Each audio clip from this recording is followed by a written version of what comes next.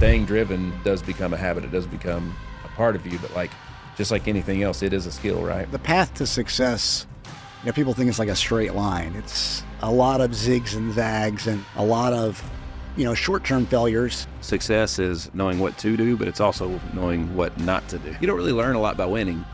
You learn a lot by those losses. Sometimes, if you want to do extraordinary things, there's not balance. No doubt. It's like extremism to get to the goal. It needs to be unrealistic, extraordinary. Learning to set targets is everything. Best snipers in the world are the best at hitting the smallest moving targets from the farthest away. No matter what, once you set that target, everything can come back to you. You can trace all the responsibility can come back to you, which gives you control. That is freedom at the end of the day. Nick Hiter, welcome to the podcast.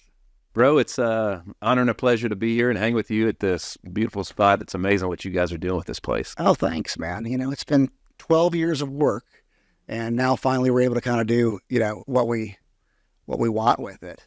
But I was excited to get to interview you. We've known each other since elementary school, and you played baseball. What was the first league in Nashville, the baseball league that we played in together? I guess it would have been Cole School over at like the 5 through 8 year old at Cole School. That's where everybody was. Yeah, those were the days. And then after that, I think we still played at Creve Hall, right? Creve Hall, and then we played at McMurray as well. At what it's called Music City. Right. And then your dad was coaching, and then I was playing for, was it Don Taylor? That's right. The late, great Don Taylor. Yes. And the first year with them, y'all lost. And there was like this thing, I remember, it was like, Mickey can't beat Don. Blah, blah, blah, blah. And the next year, y'all beat us. But, those were fond memories of the competition and stuff like that. Y'all had a hell of a team back then. Well, there was, everybody did. It was very competitive, and it was a lot of fun. It was good competition. Everybody was friends, and like Don cut all of our hair. Everybody, even the competition. That's hilarious. Absolutely. And he cut Dad's hair up until the day that, like, literally, Dad showed up at Don's house where he was cutting hair the day after he passed. Oh, man. And then Joey was there and told him, and that was just great. Don cut, we're pretty sure he cut my great-granddad's hair. I know he cut my granddad's hair. He cut my dad's hair. He cut my hair and my son's hair. It went way back. When did Don pass? I guess it was just last year. If it wasn't earlier this year, it's been, I think it was earlier this year. It's been pretty recent. I see. And his son, Joey Taylor. How's have you seen Joey recently? Besides, I saw him a couple of years ago at the grocery store in Brentwood. So last time I talked to him, he was teaching at Lipscomb Elementary, and the whole family's doing great. Everybody's healthy. As a matter of fact, Ethan's his wife and sister-in-law both taught Ethan in elementary school, ironically, believe it or not. That's cool. I haven't seen him in over 20 years. So hearing the name, like, oh, Joey Taylor, get a hell of a curveball. He did have a hell of a curveball. He did. They would just drop and curve and, do all the things that it's supposed to do. That's right. But you took baseball further. You kept playing, after high school. What was that like? College was fantastic. The jump from high school to college was pretty big. I adapted well. I went to Trevecca because I knew I was going to get to play as a freshman. And then I was fortunate enough to play technically 7 years. I played 6, was on the disabled list for the 7th season professionally after college. So I think 2007 was my last documented season. And where did you play professionally? So technically, the Marlins were in charge of all my stuff. It was a very unique deal that we had. This is a long time ago, right? So by playing for independent minor league franchises, you could negotiate pay versus in a what's the word I'm looking for? If you're directly playing for a minor league franchise of a major league team, those salaries are pretty much fixed, right? So it gave me some flexibility and stuff, which I needed looking back, to be able to just help negotiate or move up the ranks even faster, Yeah. What position did you play? Played catcher, believe it or not. Yeah. So I didn't start doing that till I was like a junior in high school. Okay. Catcher. And then what was your batting average as a pro? It was career, maybe like 240. I always played really well, but when I was in college, it was a freak thing. I won't spend much time on it, but basically, like, I have a nerve disorder that has only shown its face once. It was in my sophomore year in college, but basically, like, it was a lot like Gillian's beret, and I was paralyzed from the waist down for a little bit. Had to learn to walk again, and so from that moment forward, there was really never, like, once something like that happens, there's not the odds of you getting a big investment in the form of like a signing bonus or something like that, or you understand how that works, right? So I always felt like I was playing from behind. There was always the guy in front of me always had more invested into him, so he was going to get more chances, it seemed like. Yeah, it's interesting. What was, when you were going through that, what was the biggest lesson that you learned from it? Well, just to be grateful for what you have. Don't take things for granted. There was some things that, like, were second nature that I didn't really think a lot about, that I probably took for granted. But man, honestly, I didn't learn enough lessons back then to be truthful, so, I learned I had a lot of great support, and just people rallied around me, and it was fantastic. Are you still coaching at all baseball, or you got? Yeah. So my son's 15 this year, and so I started coaching his team at age 4, and I've been doing that ever since. So this is his 15U season, and we just finished up a great travel 14-year-old season. It was a lot of fun. What's that like, going from playing baseball competitively through the pros, and then going back and coaching your son since they're 4 years old? Well, first of all, I catch myself. I'm gonna go deep here, because, like, when you play at such a high level and your son is his own person, however, it's hard to not make him feel like he's a reflection of you. All right. So, my son, Ethan, is good now.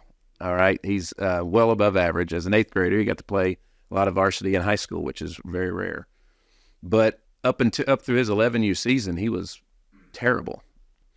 And it was hard for me to not just enjoy it, because I almost felt like it was his lack of ability at that time was a reflection on me, and it wasn't. I really struggled with that big time. So looking back, when you watch on Instagram and they're making fun of the dads that are yelling at their kids for no reason, I was probably guilty of that a few times.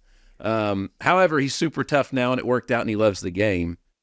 But looking back, there was a better way to do it, and I probably robbed our whole family of some joy of young youth sports, just because it's so hard to do it at the highest levels and then come back down, and it's a totally different game. It's not the same game of baseball. It's not. And, my dad says that too. He was, pretty rough on me, coaching and stuff. And he's like, he wishes he wasn't, but I look back and I'm grateful for every coach that was tough on me. Absolutely. Because, man, that's how you build character.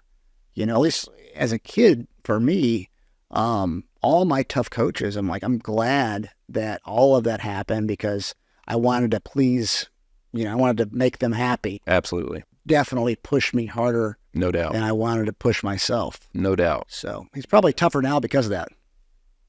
Just as a parent, you question a lot of things. You want to do what's best for your kids. And, looking back, I always ask my dad, I ask my other members of my family, Dell over here, I'm always asking for, like, hey man, how do I handle that situation? Yeah. Just because you can always learn. Sure. And you can always get better. But, I don't regret one person that was hard on me. That just meant that they expected a lot. You know, that's one of the greatest compliments you can get, is those expectations. So, I don't regret anything that we did. Again, it could have always been better. But my son at 15 he's tough, man. Like, he's tough, so, it worked out. Good. Talk about, the impact of good coaching throughout your life. And I know you're doing a lot of business type coaching and things like that now, but, throughout your life, being a high level competitor, you've had to be around some amazing coaches. What type of impact has that had on you? Well, you learn a lot as you get older, especially in business, about proximity. As a parent, you really pay attention to who your kids hang out with. At some point in time, as an adult, you don't ever really do that for yourself. And, so those great coaches that we had, they're everything that I am today is a reflection. They were the foundation of all of it, so, and I've had so many. It's kind of like, you don't really know what a bad neighbor looks like, or a good neighbor looks like, until you've had a bad one. It's the same with coaching. But no matter where, you're all, as a parent, you're always, If your kid's behind, you're always trying to get them extra help to get them to catch up. If they're average, you're always trying to figure out what who can we put them in front of, or who can we put them with to help raise that. And if they're excellent, then you're definitely looking for outside help. So it's just the same things no matter what. Like, as a businessman, there's other people that have already walked the path that I'm going, right? So how can I find those people and get access to those people? Just because the knowledge that they've obtained in their own journeys is everything. That's what's hindsight's 2020, right? So they're looking through 2020 lenses, baby. And I just want to know what that is. Yeah. So, I mean, going from baseball to business, what was that transition like, and how did it happen? Well, there's been two major transitions in life for me. One was baseball into the real world. All right. And then the other one was really three, because we were in the nightclub industry for a long time, the hospitality industry, where we had a great little run. But I really wasn't like, when I left baseball, I had a tough transition of who Nick was when he's not playing baseball. He's not the baseball player. The story I tell all the time is that, like, as an athlete, you dressed a certain way, because I was usually going to a gym or going somewhere to train. So wore a lot of sweatpants, wore a lot of ball caps and things like that. I think 6 months after I was done playing ball, one day I just realized I'm dressing the exact same, but I'm not going to do those things. You know? So people still looked at me as a baseball player, yet I wasn't a baseball player anymore. In 2022, when we had a exit from, we're still in the insurance space, heavily, but like back then we were really heavily. It was pretty much everything, and we made some transitions. And when we were changing the model in which we were doing things for about a year or two, really until just about right now, I really never talked about it. Didn't talk about the success that we had in it. Didn't talk about what we learned in it. I wanted to be as far away from it as I could, and I feel like that's a little bit of insecurity, So like you're always reinventing yourself. You're always improving yourself to be the next great version of you. And I'm learning now that you don't have to create so much separation from the previous version of yourself to the person you have now, because that person did help is a big part of that, right? Sure. So, and people were telling me that, like, Nick, you guys did really well in the insurance space. Why are you hiding from that so much? I really never had an answer other than there's just insecurities within myself, Yeah, interesting. I mean, the reinvention, people don't realize how you can reinvent yourself. I mean, it's one of the things. I mean, for me, I shared something similar coming out of fighting. I was 30 years old and had pretty much done everything that I wanted to do in the sport except train a UFC champion. And it was a major identity thing for me. Yeah. And, going from that to, healthcare, which it was a wild transition. It took me about a year. I moved to Costa Rica for about 6 months. And then Lee Bryce hit me up. He's like, dude, what are you doing? I'm like, I don't know. I'm just trying to figure out what I want to do with my life. He's like, come on the road with me. So I spent 6 months on the road with him doing his diet and workouts. And that was one of the, that was a big deal for me, because it let me just focus on one person instead of running a company. Mm-hmm. It was the easiest job that I ever did, but it was probably one of the most fulfilling 6 months of my life, and kind of got me focused on what I wanted to do for my future. But that reinvention, man, I think society needs to give people grace to do that more without judgment of their past. What do you think? No doubt.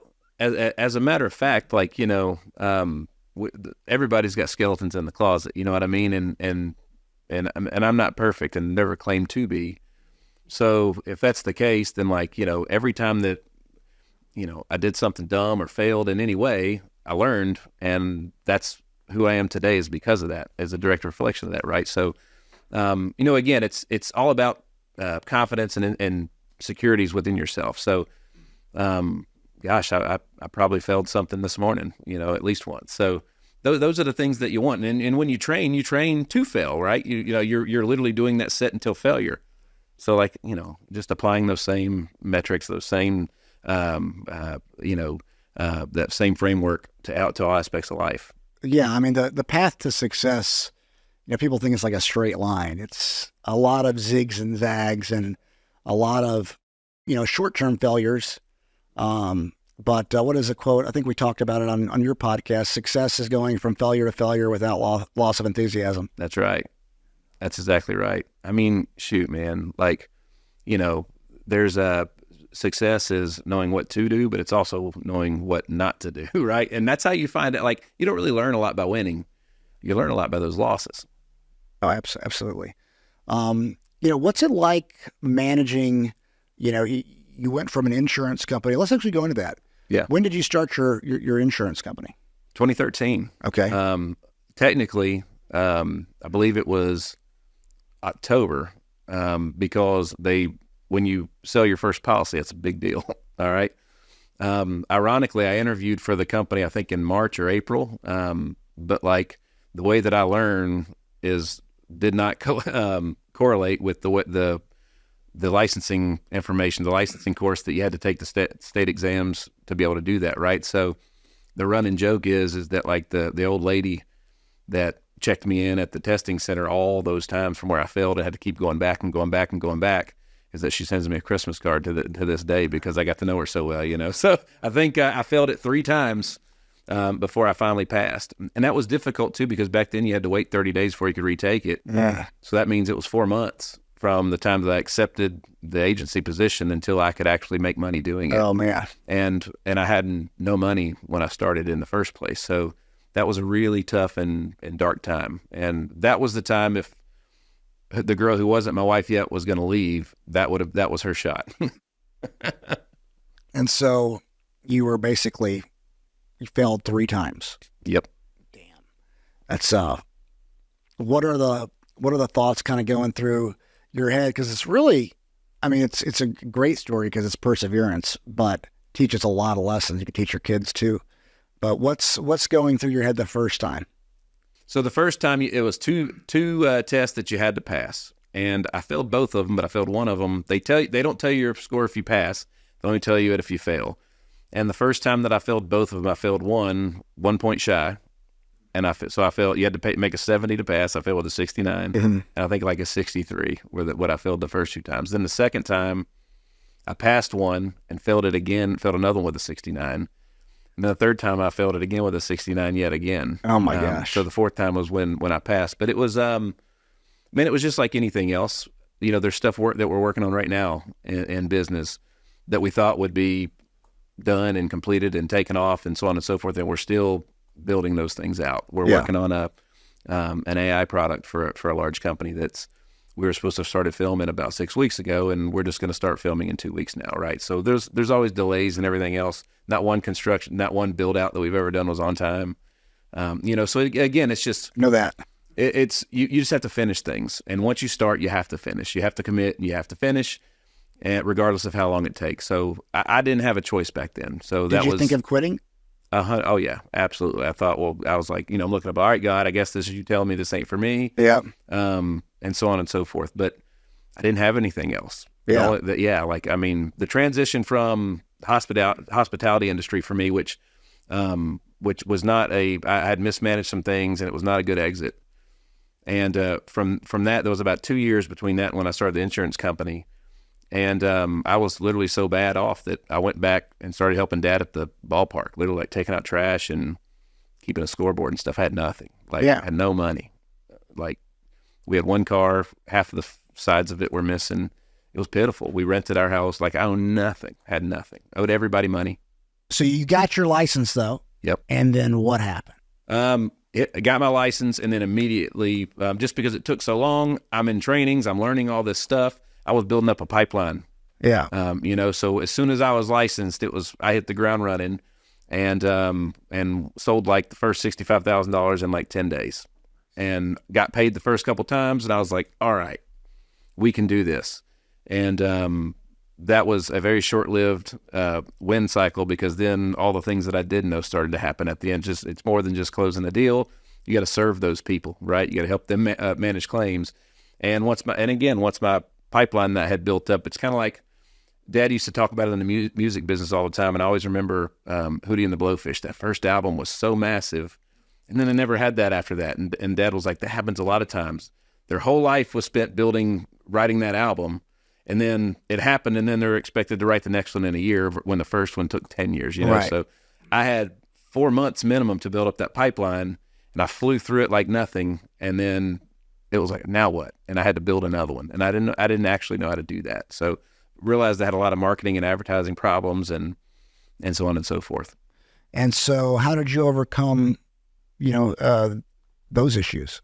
Not very well. I started to do what a lot of other folks do when things get hard. I thought there might be some other low-hanging fruit elsewhere, which was great because we did some great stuff with in the world of AV with Doug Green and those guys, which is fantastic, and I still learned a lot. But again, I had one thing that wasn't doing very well, and I had another thing that wasn't doing very well. When you put them together, it was just a whole bunch of average. Yep. So I needed to focus on one thing and get really good at it. And a friend of mine, Pastor Roger Patton, told me that. We're going to pre-marriage counseling so I could finally marry my girl. And he looked at me dead in the face. He was like, have you ever thought about just doing one thing and just getting really good at it? And I was like, no. And he was like, well, this ain't working too good. Why don't you try that? And I was like, well, which one should I do? He's like, dude, that's your choice. He was like, where's the most upside and potential? I was like, in the insurance thing. And he was like, I think you know your answer. So that's what we did. And the rest is kind of history. Like everything that we have today stems from that one conversation. That's awesome. And what was that like when you finally, dug yourself out of the hole or pulled yourself out of the hole? Well, first of all, it was life-changing. Like, we went from every time we'd go out to eat, we had to check the bank account before we gave the waiter the card, to all of a sudden we could just live and start building things versus always feeling like everything's under repair, So it was life-changing. However, the key to everything that we're doing today is I can't forget what that felt like while I was going through it. And I have to, the key for me is every day when we get up, I got to go back in time and remember what that felt like and make sure that we have that drive to keep pushing forward. Yeah. And then over time, staying driven does become a habit. It does become a part of you, but just like anything else, it is a skill, right? Yeah, it's a habit. Yeah, that's, a lot of people know what it's like to, be broke and down. Right. A lot of people don't pull themselves out, like you did. I can share similar things because, dude, over the last 9.5 years, we have been almost bankrupt so many times. Yeah. Brutal. And the pain of that as you're building something. So, it's like, it's just, it's scary and you don't know, you don't have the answer right in front of you, and you get, looking at things in a more scarcity way, in a scarce way. But at least for me, I've relied on prayer and God. 100%. Has that been what has got you through it? Yeah. So there were so many things that I look back that we learned along the way. So the first thing is I was never a big reader. All right. And I wasn't a reader in school, and I wasn't a reader in business. And I finally got just talked into reading 2 books. One was the 10X Rule, and I remember listening to that while I'd cut my lawn. Is that Grant Cardone? Grant Cardone, okay. Yep. And I love that one because there was one thing that he said in that book that stuck out, which was if you get rear-ended, it's your fault because you could have left 10 seconds earlier, 10 seconds later. Right? Personal responsibility. Yeah. So by accepting responsibility is the core of the foundation of pretty much all success, right? So that was the one thing. And then the second thing is we read a book. I listened to a book called The Strangest Secret by Earl Nightingale. And it's the I think it's the prerequisite to Think and Grow Rich. Yeah. Okay. So, and in that book, he said, get an index card and write down 10 of the easiest things that you can do 30 days in a row. And every time you fail, rip up the card, write another one, and start over. So the first day we get that card, I was like, I was going to drink 1 million gallons of water, work out 17 times a day. These were the best goals on paper you could imagine. None of them were possible, right? So, day one, ripped up a card and had to write a new one. And again, I'm using colors, a lot of designs going into the layout of this card. Long story short, it was the 16th time that my wife and I ripped up our cards that we looked at each other and we're like, we're the problem. We didn't know how to actually set goals, right? That actually to get that were within the purpose of what we were trying to accomplish, right? So it was 10 of the easiest things you could do 30 days in a row. And what that does is you get in the habit of doing what you say you're going to do. Yeah. You get in the habit of racking up those little bitty wins. Those little bitty wins become all the momentum you need to get big wins, right? So, but we realized that, like, one, everything's our fault. That's the only way we can fix it. And then two, like, you know, set proper goals and steps. You know, imagine trying to jump from second grade to ninth grade. You're probably going to, most people would probably fail. Yep. Right. So that was what we were doing at the end of the day and just didn't realize it. Yeah. You got to have the basics first. Yeah. I mean, same thing in fighting. You know, I get a lot of people go in and train. They're wanting to learn these fancy moves. Yeah. And I'm like, jab. Like, can you jab? Yeah. Like, you can't jab. Like, you can't do the spinning back fist or whatever. Yeah. But you got to stick to the basics. And then, you know, at the higher levels, it's probably like this in baseball too. At the higher levels, it's basics. Like, you might see a fancy move every now and then, but these guys, these fighters, are great at the basics. That's if right. you can't do the basics, you can't do anything. That's right. That's exactly right. And there's certain basics to just like leading a responsible life, like, you know, getting up at certain times, going to bed at certain times, eating the right things. You know, how do you spend your free time? There was a whole lot of time spent, you know, TV is great entertainment. There's some great shows out there. However, how can you justify watching college football for 8 to 10 hours every stinking Saturday when you're losing at home, when your marriage isn't great, when your kids don't look at you like a superhero, you know, when your kids don't have everything that they need, when you got business partners that need things from you or whatever it may be. So it's just like, you know, we all get the same 24 hours. Yeah. And it's just really like how we invest every little bit of that time. And it's really just learning to create accountability for yourself. Yeah. You know, we're not taught that stuff. I ask Ethan's baseball team every year. They're 14, 15 this year. And so first practice of the fall. Question, fellas. How do you make money? They just look at you. They're like, get a job? Great. What job? What kind of job? How much should you get paid? I don't know. What do you know about money? Nothing. Fellas, you've been in school 10 years. What are we doing? Right. What are we doing? So and the reason I ask them that is just to prove like there's a lot you don't know. Right. And I'm trying to teach them like how to spend their time to develop those things. Because again, I'm only with you. Tim Corbin says it best. He says, practice is for the team, not you. Right. What you do on your own is for you. When we come together as a team to practice, it's all about the team. So if you need extra swings or you need to work on something with your hitting, do that on your own time. Right. When you're there, you're working on whatever the team needs you to do when you're at the bat. Right. Right. So it was learning about all those settings and really just how to manage your time. Yeah. And the best of the best are always going to do their own, like we talked about coaching in the beginning. The purpose of a coach is to teach you how to become your own best coach. Right. Because if it takes somebody else telling you what you did wrong every single time, there's a lot of time that's going to pass in between those check-ins, you know? So you got to be able to realize real time yourself. If you're on point, if you're falling behind, or, you know, if you need to make adjustments. Yeah, that makes sense. I mean, and I hear people saying, you know, you need to balance, but my thing is sometimes if you want to do extraordinary things, there's not balance. No doubt. It's like extremism to get to the goal. It needs to be unrealistic, extraordinary. Absolutely. You know, and you got to just go for it. And you were saying that you weren't taught that. That's exactly right. I think we're taught to watch football on Saturdays and Sundays, to watch the TV at night and those type of things. And, you know, I didn't as an adult. Right. Like, I haven't watched football. I might watch the Super Bowl. In the last 10 years, I might watch the Super Bowl 5 times. Yeah. You know, I'll watch fighting. It was in the, you know, sport that I was doing. But even after I retired from fighting, from coaching, I didn't watch the UFC much. Now that we're a sponsor, I'm watching more of the fights. Oh, yeah. But, you know, like throwing, and that's a big thing, I think, is realizing that, you know, if you want to be super successful and if you've dug yourself a hole, you've got to go an extra effort to get out. And, you know, you did that. You were down, you know, in the fire and, you know, you came out strong.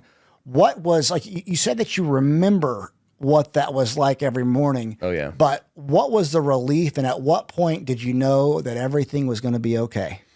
So, one, my wife and we came together, and my dreams became our dreams. Mm-hmm. Her dreams became our dreams. So we actually got in alignment on what it was that we were trying to accomplish, because we're both in the same household. And if we're both going in two different directions, well, we're probably not going to get very far. But if we're going in the same direction to the same place together, accountability happens. There's two of us. We can get twice as much done in the hour. In 2015, I brought my wife on in the insurance agency, and it got twice as good immediately just by doing that. You know what I mean? So we had scaled to a certain degree. Yeah. So, man, at the end of the day, I want to make sure I get this question right. So it was 2015, but we started setting small goals. Mm-hmm. And I remember, we were just looking at this one bank account that all the deposits from the insurance policies went into. Mm-hmm. And it was like, how quickly can we get that account to 30,000? Right. So we gave ourselves a go of, I think, 4 or 5 months to do that. We hit that. And it was like, all right. So then it turned into, we're 35, 36 at this time. By our 40th birthday, we want to buy the house that we're renting, and we want to have $100,000 in that bank account so we can look to see what's next. That was like our thing. So at 38, we bought the home. Right. At 38, we had the $100,000 in that bank account. And by 40, we were having our second child and moving into the house that we live in today, and moving my mom into the house that we had originally bought. First of all, we renovated it, made it practically brand new. And then we're able to put her in it, which helps her out big time, being a single lady in her 70s. Mm-hmm. There's only so much income to go around. So in this town, it ain't enough. Yeah, that's right. It's tough right now in Nashville, the expenses. But so 2015, you set the goals, mm-hmm. and you reached them before. Yeah. You were further than when you originally projected. Yep. So we learned a lot through that. We learned that, hey man, we gave ourselves too much time on that goal. Mm-hmm. Again, learning to set targets mm-hmm. is everything, right? Yeah. The best snipers in the world are the best at hitting the smallest moving targets from the farthest away, right? But they have to be able to see those things. Right. So learning to set targets, dude, is that is a skill that once you can do that, then you have a lot of choices that you can make to either hit those targets or not. But no matter what, once you've set that target, everything can come back to you. You can trace all the responsibility can come back to you, which gives you control. That is freedom at the end of the day, mm-hmm. If you think about it. Well, why did you choose to be an entrepreneur with it all? I mean, because you could have gone and probably worked for somebody. I've thought about that many times. One, I went to the last true interview I ever went to. Mm-hmm. I got basically handed a job that paid 6 figures when we were flat broke and didn't have anything.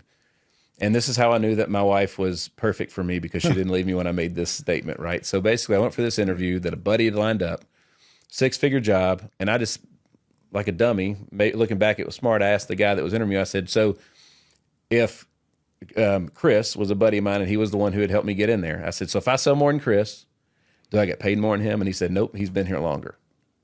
And immediately, the flashbacks of baseball happened, because the owners of the baseball franchise, the manager, decided how much I got to play, and they also decided how much I got paid. Mm. We didn't always see eye to eye. I wanted to control what I do with my time, and I wanted to control what I got paid for my time. I always knew that. I didn't really know how to describe that. I didn't really understand what that meant, but that was always in the root and in the basis. I was always taught to be tough, and as a leader, I was always the captain of the sports teams that we played on. As a leader, that's just something that if you give up the ability to make choices, then you've pretty much given up a lot, Absolutely. So for me, it was all about that. For me, entrepreneurship was just that. I didn't call it entrepreneurship. I just knew that I didn't take directions very well. Yeah. I would always say well, I don't want to, you're telling me I have to leave. I want to stay and get better, but you're going to make me leave because you don't want to pay me more money. Right. That just seemed like a dead end to me. Well, and whenever you're saying, for my sales guys, if they do more, they get paid more. That's right. So I could see somebody coming in as a regular job, but if it has to do with sales, sure, you need to make sure. Well, dude, and nobody was going to pay me enough to just show up to dig myself out of the hole I was in this anytime in the century, man. You know what I mean? I was in deep. Yeah. So we were bankrupt. We just didn't file. I was very lucky to have so many people. My parents were unbelievable support systems. And the greatest thing that happened is both of them, without even realizing that they told me at the exact same time, they both said, like, to get my insurance license, I'd have $300 to accept the spot to even go get tested. That's how much it costs to get licensed in the state of Tennessee. And they made you pay that before you could leave to basically for them to hold your spot to get to pass those exams. And I didn't have the $300. And so I literally had to walk outside, call my dad in the parking lot and ask to borrow his credit card. And he said, this is it. This is the last time. And then I went home that night or in the next day or two, needed money for whatever else it was, called mom. And I remember we were at, it used to be an Applebee's in Nippers Corner. And we sat there and she wrote me a check for what we needed. But she was like, this is the last time I can do it. That was the greatest things they ever did for me, was cut me off. Yeah, man. Lessons from parents. I can think of a lot where my parents just backed me up and made the right decision. And I guess, both of us wouldn't be here, no doubt, today if it weren't for our parents doing what they've done. Well, they gave me a certain amount of leeway to bump my head, to make those mistakes. And then by, I guess I'd gotten to a place where I'd quit learning from those mistakes. And that was when they said, this is it. I became uninvestable. Yeah. To my parents, you know what I mean? So, and looking back, that was, I'm just so grateful that they, as a parent, that's the hardest thing to do is like, especially when your kid you can see the hurt and the anguish and the disappointment and stuff. It messes with you. It's hard. Yeah. It's extremely hard. And that's one of the hardest things to do as a parent is make a decision that feels like it hurts your child. They don't know. I didn't know the difference between hurt and help at that time. They don't either. And that's a big deal. Yeah, absolutely. I can think of, even over the last 9 years, I had an investment that I did, and I won't say the guy. It's a local guy. And, the business, East Ivy, the event business, it was doing fine, but it wasn't paying the return to pay off that thing as fast as he wanted it. And I'm in the middle of just the grind of the hospital, trying to make it work, battling. And we had a little rough patch, and it's, the December, everything shuts down in Mexico. So we would have to place these huge hospital orders before December 15th. And then they wouldn't open back up till January 15th. So like covering the entire month. Plus it's obviously slower in December. So cash flow is, and then this guy was coming at me and basically threatening to sue me. And he had no lawsuit, but I didn't have the energy or anything. Yeah. It was like $35,000. And I told my parents, and they don't have, they didn't have a lot of money when I was growing up, but they've done good on real estate and those type of things since. And, I was just telling them what was going on. I was like, can you believe that so-and-so's doing this right now? I can't believe. And they just said, we'll write you the check. And I'm like, wait, what? I wasn't asking. Yeah. And sure enough, the weight that took off of me, that was good timing. They knew, I was 110% of my companies, et cetera. And it was worth millions of dollars. Cash flow was low, though. You know what I'm saying? Oh, yeah. And it's like when parents do stuff like that relieve, and they know when to cut you off, but they know when to help you. That's there's a dance with that, and they helped me out a lot. And, since then, kind of like you bought your mom a house, like you get to pay back all of the amazing things they've done with you or done for you. And same for me. Like, what is that like for you, being able to give back to your parents now? Man, it's the greatest feeling, and it's they don't. I had a long talk with David Meltzer one time, and he talked about receiving is a big part of giving, right? He was like, you can only give so much, and if you don't receive back, a lot of times the next gift you got to give is in whatever something else gave you. So as a parent, it's hard to I couldn't imagine my son having to help me or wanting to help me and me accepting something like that. So First of all, I'm grateful that I'm sure it wasn't easy. Mom's a very proud person, and it's just the way that people were back then. I remember when my granddad passed, my grandmother didn't even know what the bank account number was or where any of that stuff looked at, and growing up, Mom was the same way. My wife and I have positioned everything where, like, if I left today, my wife knows everything about the business. She's in the business. She knows how to pay bills. She knows where all of our money is. She's on, we've just changed. Every generation, you have to learn new things. Yep. And there's certain things that when you look back from the previous generations, that if you could do it again, would you? And then if that's the case, well, guess what? I get to do it again. So let's make those changes and let's adapt. Let's do things a little different. So that way we're not passing some of those, I don't know, let's just call them generational sins from one thing to the next, from one generation to the next. Yeah. No, it is interesting when you think about how things change through the generations and, the lessons. We're all doing the best we can with what we've been taught, right? And so our parents did the best they could to teach us. Oh, yeah. And then we're going to do the best that we can to teach our kids and do the best in life. And I look back at it now and I'm like, okay, what competitive advantages did I have? Well, my parents really supported me. Yeah. I mean, like they weren't giving me money or anything like that throughout, but my mom worked with me at Gameness. That's right. She helped build that company that we sold. They owned a good 35% of it. And so I had the vision, but she was more of an operator at the time, and I got to work with them through that. And that was a big advantage. My mom worked for American Airlines before that. So I flew free. Well, we went from not having a lot of money to being able to fly anywhere. Yeah. So we didn't have a lot of money. We could go in wherever we wanted. So there was like competitive advantage, but they were all given, by my parents. And, think about throughout your life, different impacts that they've had on you. What advantages do you think that they gave you? Well, there was a when we were shooting this, there was the World Series been incredible. Game 1 was amazing. Freddie Freeman hit a walk-off grand slam to win Game 1, and as a Yankee fan, that one did sting a little bit. However, one of the coolest things happened is he ran up to his dad.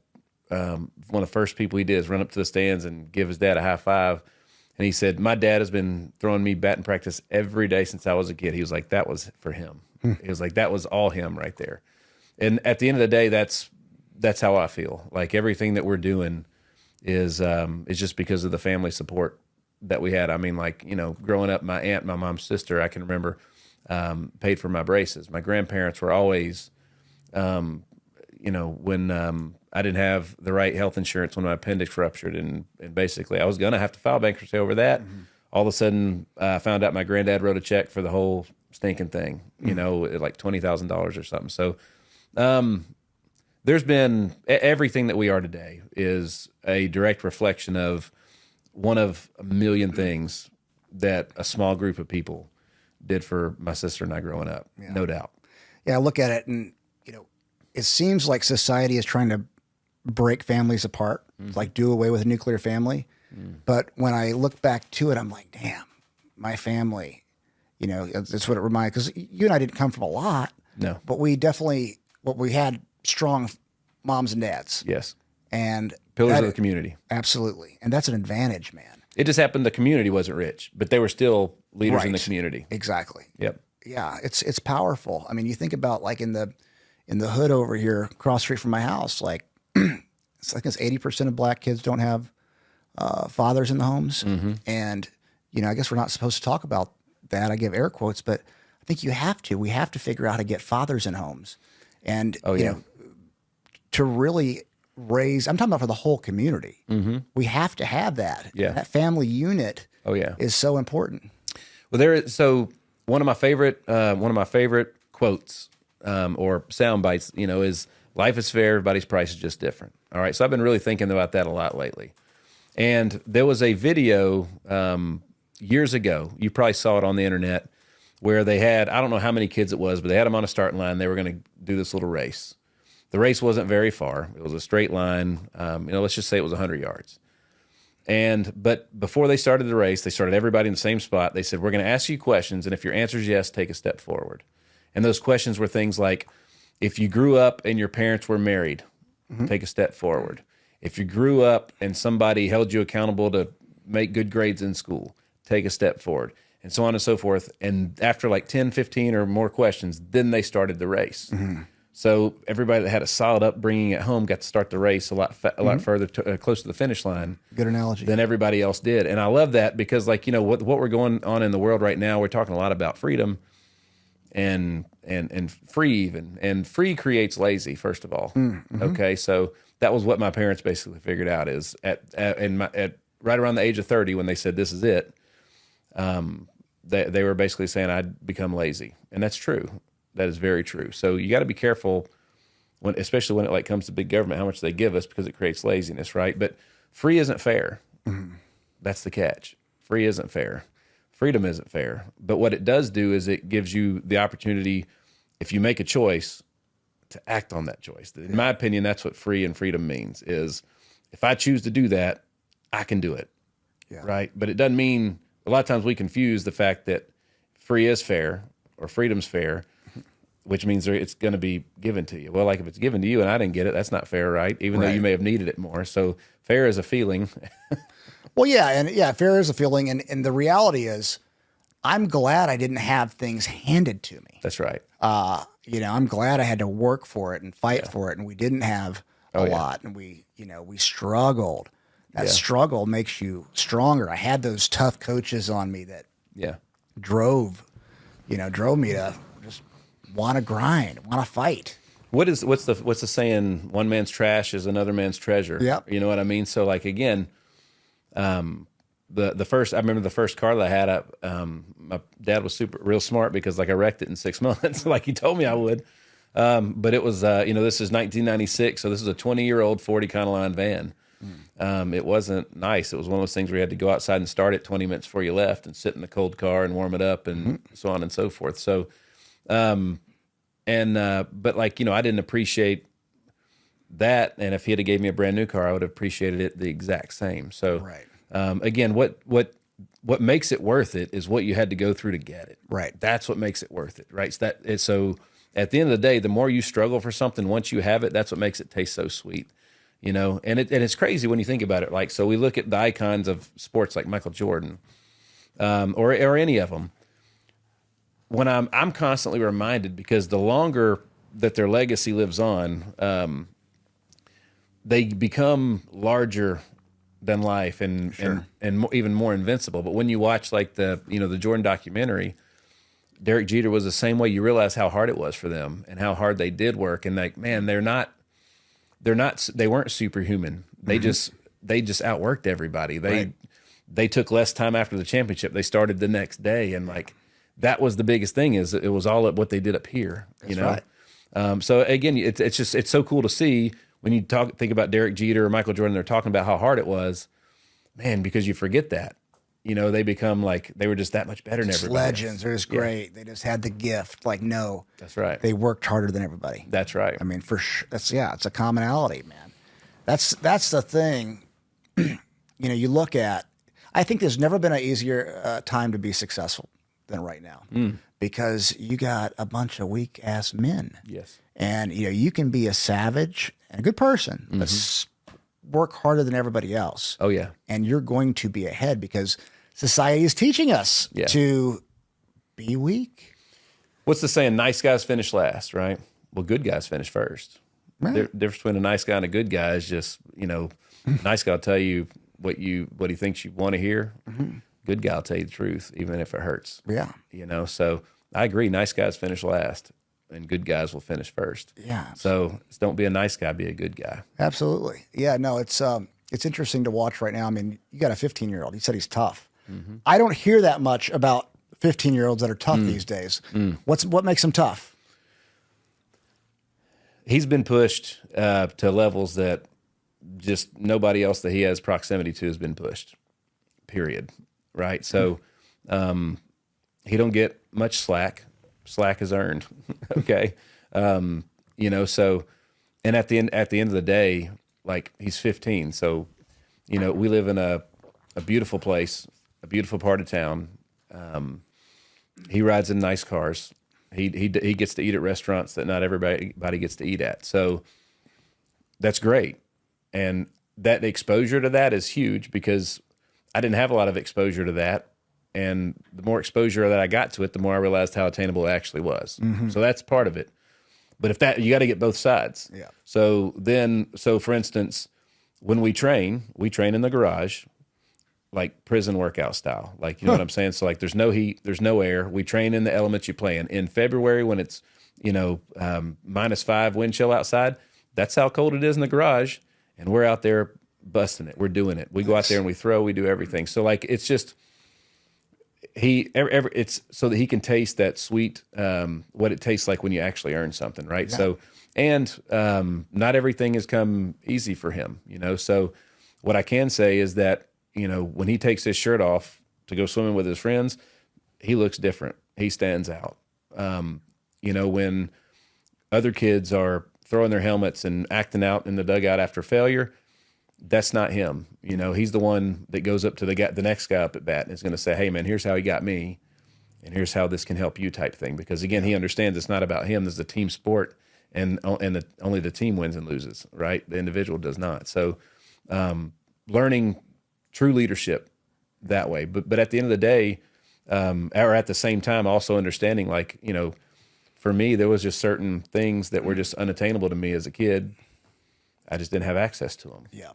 You know, and I can remember even, I won't say I grew up in a scarcity mindset home, but like there was a lot of time, instead of saying, how can we afford that? I was told we can't. Yes. On a lot of things. Yeah. And I can remember driving, like, you know, by the Governor's Club or whatever, and my dad would look out and be like, sometimes I just want to ask those guys what they do for a living to make that kind of money. Right. So it almost seemed like they were them and we were us. Yep. And it took me a long time to realize that, like, well, if they can do it, you know, there's nothing stopping me from doing that. At least living in this great country, that is. That's right. That's right. Well, there's a lot to what you just said. I love it. I love hearing that, because, you know, first of all, you mentioned access. Nito Quibin is one of my favorite speakers, and he says, "What is power?" He said, "Is it money in your bank account? You know, what is it?" Like, no, power is access. How many people can you pick up your phone and call? That's right. And that's very, very true. Like, can you pick up your phone and get something done with the access? Had a really interesting deal today, a couple hours ago, probably in the hundreds of millions of dollars, just because of access. And it happened like that. Like, wow, this is a big deal. Like, and I told the guys, like, I can't believe that y'all are calling with this, because we can easily get this done and we have the network to do it. That's right. Like really exciting stuff. But it was access. If we didn't have the access, we'd be like, oh, what do we do? It's just having that access. And we've earned that access. And that's the other thing. Access, as you were just saying, but access is earned. 100%. You know, we've earned our way into certain rooms or certain relationships or certain friends. You build trust with people, and they say, hey, I'll vouch for Nick over here. Yeah. You know, he's a good dude. I've known him since I was a kid. Yep. Or since we were, you know, we played baseball. You have those relationships. That's right. You know. That's right. And, you know, but we didn't necessarily, the same thing with the scarcity mindset. So there's a lot, I'm unpacking a lot of what you said, because it's my life growing up too. That's right. My parents, you know, didn't know what the difference between abundance and scarcity was. So it was a lot of the same thing. I just wonder what they do. I mean, same type of comments, and, you know, lots of struggle. And I always wanted, like, for instance, I remember, like, my parents would buy me these Walmart tennis shoes, and because they, you know, we were having trouble, you know, and I always wanted nicer shoes. I always wanted the Jordans, or, you know, but we couldn't do that. And it always bothered me. I was always like a little embarrassed as a kid over what I would wear and those type of things. But I'm glad, because that has caused, you know, a drive to succeed. I wasn't given things. I wonder if we were like rich kids, we probably wouldn't be successful. You know, like if we were rich kids and learned, like, didn't have the experience that we had, well, we would have turned out a lot different. I'll put it that way. Well, you know, you rarely meet a person that grew up with a silver spoon in their mouth that don't have money just because, again, that's just what they're Right. accustomed to. However, there's going to come a time where they're going to come head to head with somebody that came from, like the Rocky movies were the best at describing that. You know, like this kid came from nothing. He's, you know, he knows nothing but this. He knows nothing but the streets, so on and so forth. He's dangerous. Yeah. Right. Well, you know, the person that everything was kind of handed to him type thing, there's a toughness that there's a thickness to their skin they don't have yet. Right. So at the end of the day, they're exposed and they're weak. They just don't know it yet. They've just been protected. Right. Right. So, you know, again, it's a combination of everything. You got to get that. You got to learn that grit. Yeah. But you also can't make that grit be like, this is all that's here for me and that this is forever. It's, you know what I mean? Like you can graduate up. Yeah, no, for sure. And yeah, it's just a balance. I think about when I have kids, like how much I want to give them, you know, like as far as how easy, because you can make it as easy as you want. That's right. You know, what's the balance? Oh, yeah. That's where balance is important. That's right. That's right. That's right. And it's, you know, balance at the end of the day is, you know, balance is unique to each person. Yeah. Each person has their own weights, you know, their own lives, their own everything is unique to yourself. So the hardest thing that I've learned, and this is the reason that I got to play baseball so long, is because when all my friends were doing things when I was young, I can remember, like, you know, I grew up going to church a lot as a kid. Wednesday night youth group, I would always leave, go to the batting cage and hit, and then come back. And I missed out on a lot of things because I was working, I was training. It was I learned, even like Myron Golden talks about this, and I love it. He talks about, if you're going to be a sports fan, there's a right and a wrong way to do that, right? And it's like, so some people watch the game to be entertained. And like, you know, as a Yankees fan, Yankees fans are the best ever. However, there's some folks that their lives have been ruined by them losing 2 games in the World Series.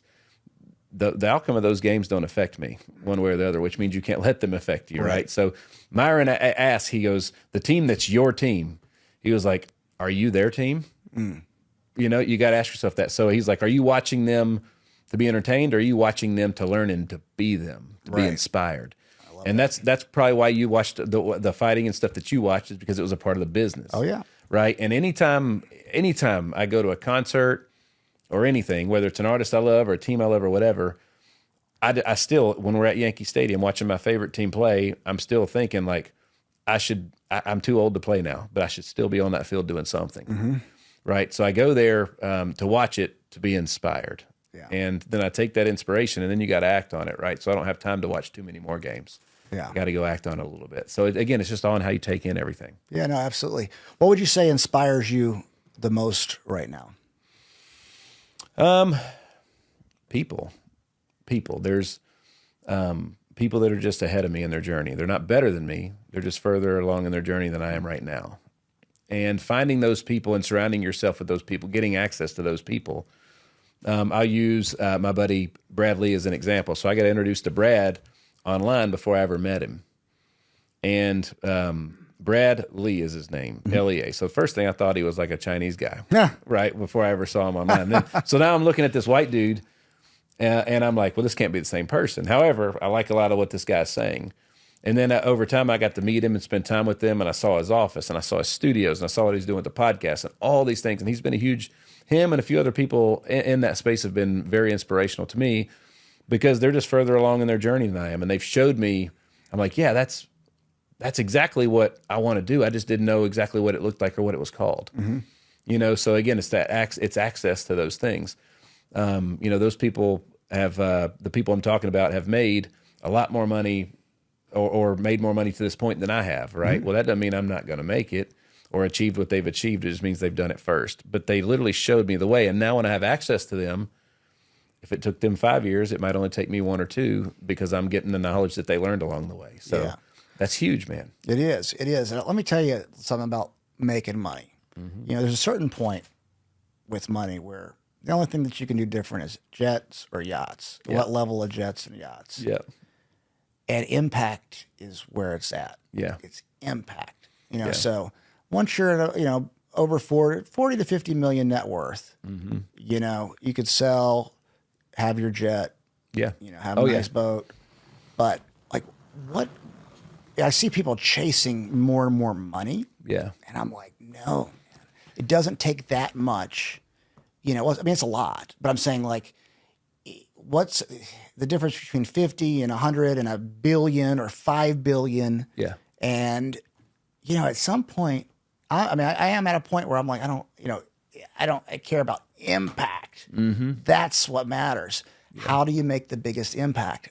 And I think with you,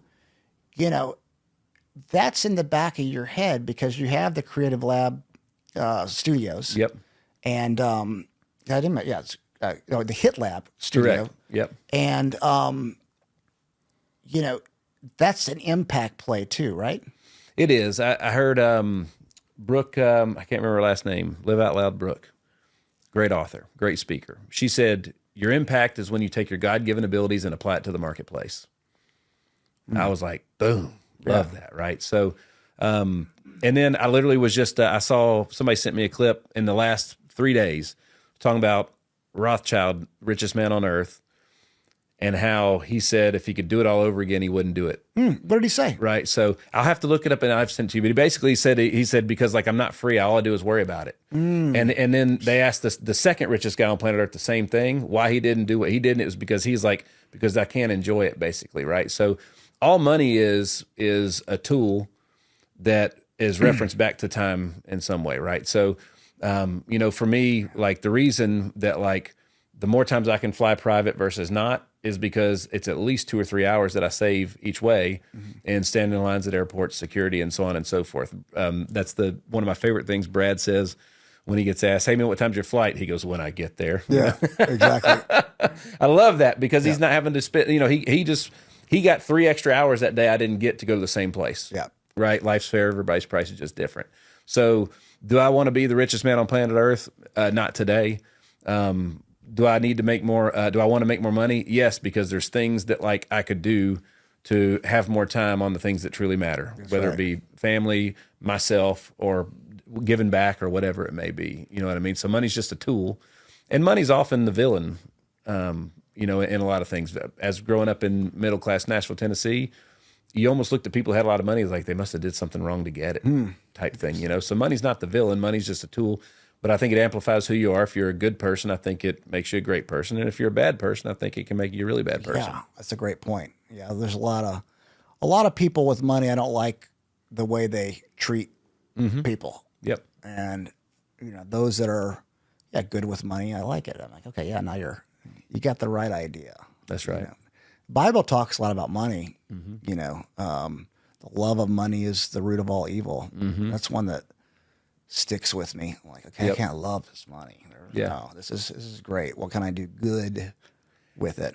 I think I heard a pastor say one time that ungratefulness is the root of all sin. And that kind of goes back to what you just said about money type thing. Again, if you're, regardless of the amount of money you make, if you're grateful for however much you have, yes, you're probably living in the right path, I mean, think about, you're talking about ungratefulness.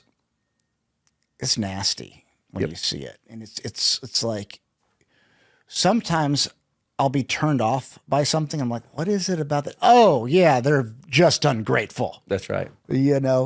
Talk about how being grateful, because you have a very grateful personality. Anytime I see you online, on Instagram, anything you do, you're very grateful for what's going on. Has it always been like that, or has it shifted since you've become an entrepreneur? The last, let's say, 9 years. Yeah, no, it's great. Being anything that you do and get good at is a skill set. Okay, so being grateful is intentional. All right, it requires you actually taking time and saying, "I want to be grateful for this." So, I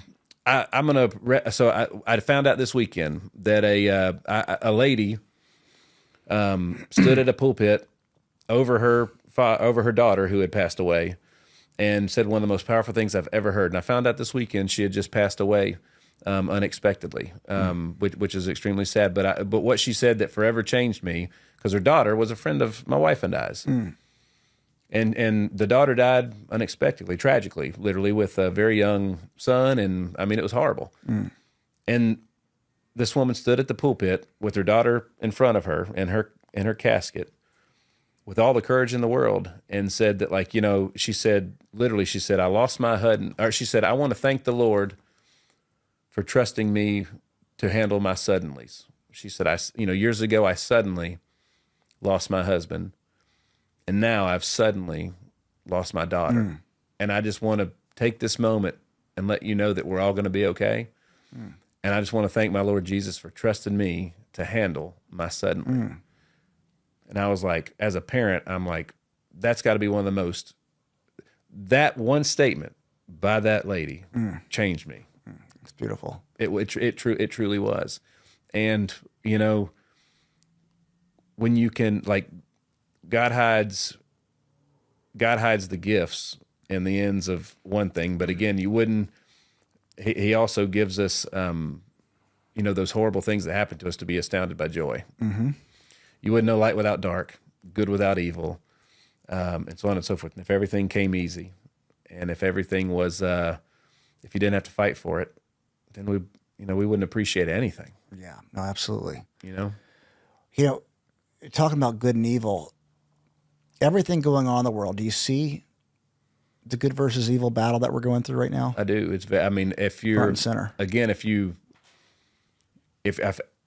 it's crazy to me that some people can't see it. However, I understand why. It's just it's what they're going through internally within themselves. Why? Yeah. Well, but actually, why? Why do you think they can't see it internally? What internally within themselves? Most of the folks that are victims, I guess, it's literally just that. You're in every situation. You're either a victim or a survivor, right? Yeah. So, at the end of the day, like, some of the things that people are upset about, especially maybe probably on the left side is what I'm speaking about. They're all entitled to something that the other side isn't necessarily feeling entitlement for. So, I think there was a clip that went out on my stuff this morning about, Abraham Lincoln said, "A house divided will not stand," and that's how everything that implodes mostly implodes from the inside out. The great countries or civilizations in mankind, everything, they always imploded from the inside out, never from the outside in type thing, Yeah. So if you want to break up a large body of people, that's what you do is you create division and separation. You ununify them. Yeah. Right. So I would say right now what's scary is that we're not the United States of America. We're just the states of America. Right. And it's extremely sad. And I hope that that's the one thing that I would say both sides are guilty of is, like, come on, man, like, just stop with all the this and that and they're this, and, like, it's just, I don't know, I'm tired of listening to it. Yeah, man. And again, that's and I feel like, when we were kids, well, actually it was in 2012, go back and watch the last debate before 2016. Watch how cordial.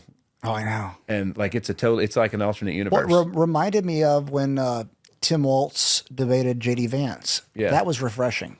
I thought so too. I was like, they're actually kind to each other. Yeah, I get you have differences, but you both sound reasonable. It was refreshing. And they made statements like, that's something I agree with him on. I know. Like, it was so easy. Yeah. I felt the same way. I watched the same thing and thought the same thing about it. I was looking at comments from people, and, I thought that was consensus in comments, but mainstream media push a different narrative too. Oh, absolutely. They could have focused on how they weren't divided, and they did agree a lot. That's the reality. We agree on a lot more than we disagree on. Yes.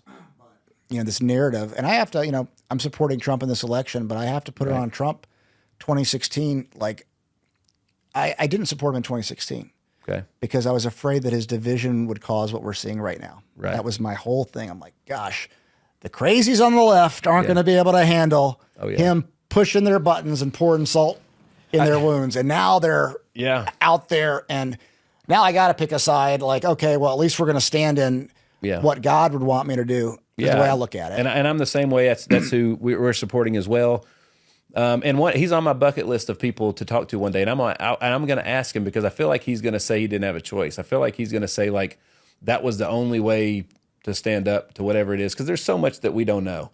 Yeah, there's so much behind the scenes. That's why I thought the Rogan interview was so great, just because Best interview ever. yeah, you heard stuff.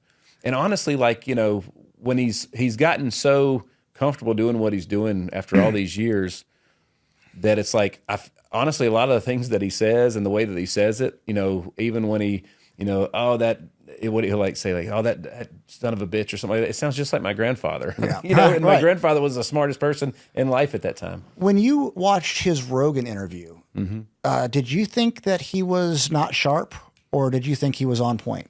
I'm amazed at I'm actually inspired by how hard he can go and how long he can go.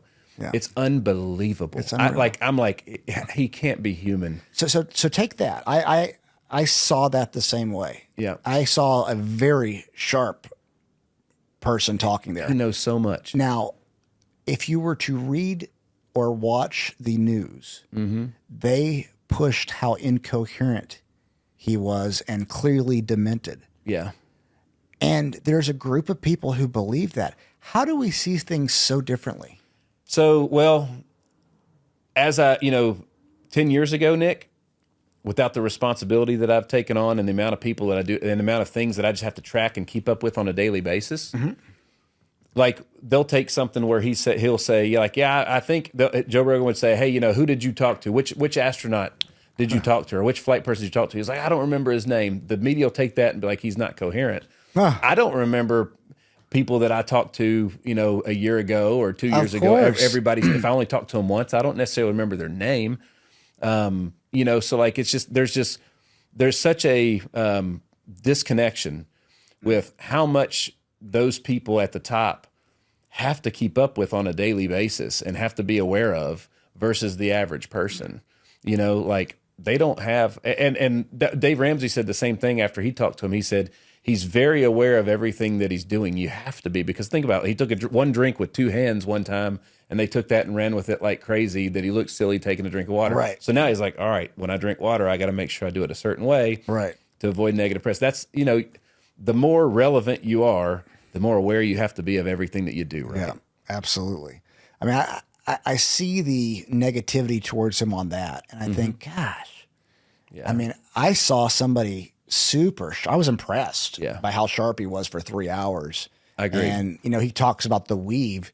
He would bring it back, and he was like, blah, blah, blah, blah, blah, like firing off. Yeah. Not like Biden was, who was clearly going through dementia. And I thought that was sad. I thought that was unfortunate. I felt bad for the dude. Of course. I mean, pitiful. I thought Trump could have gone a lot rougher than on him on that 100%. debate. Yeah. 100%. And again, that's when you see a guy like Trump not attack somebody when they totally can, like, he's a predator in a good way. Like, you know what I mean? He's a guy that's, that if he sees weakness in an opponent, he's going to pounce on it. Yeah. And he did in that time. And honestly, that restraint was refreshing a little bit. I know that's what we need from him at this point. I mean, that's exactly right. I can only imagine what it's like to have, 50% of the population that wants to put you in prison and wants you. A lot of them want you dead.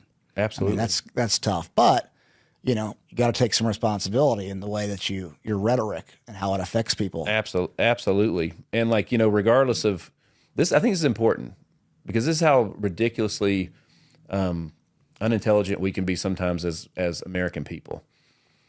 So, I supported Trump in the last election, and he's not our current president. That doesn't mean that I wished Biden would fail, because if he fails, we all fail, don't we?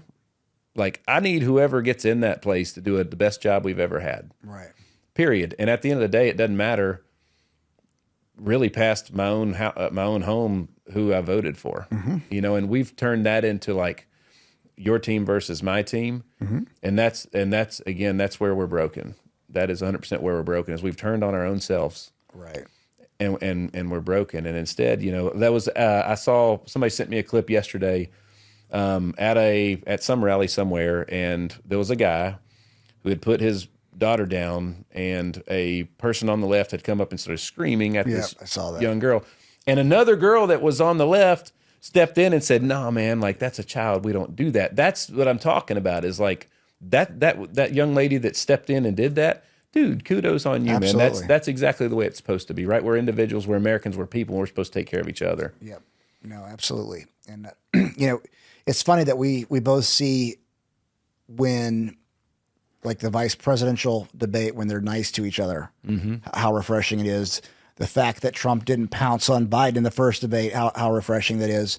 And I think if Trump would, had that olive branch out there to the other side, I think it would really be helpful in bringing people together. Yeah, oh yeah. I mean, he's compared to Ronald Reagan a lot. I think would be considered his idol when it comes to presidents. Ronald Reagan just had a different way with words. He had a different way to quote unquote go at his opponent. Like when they questioned him on his age, and he immediately deflected and said, turned into a joke about how young his opponent was and stuff. That's if Trump could do that, yeah, he would be pretty much unstoppable at that point, But that's not who he is. And again, that's neither here nor there at that point. He's not Ronald Reagan. He's himself.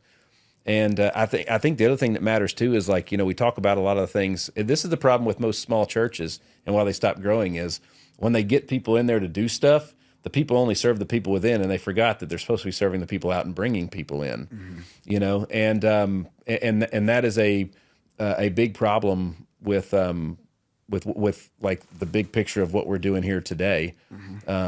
Is we should be wanting to bring people in and not just serve the people within. We need to serve everybody. I mean, figuratively, I think we should build bridges and not walls.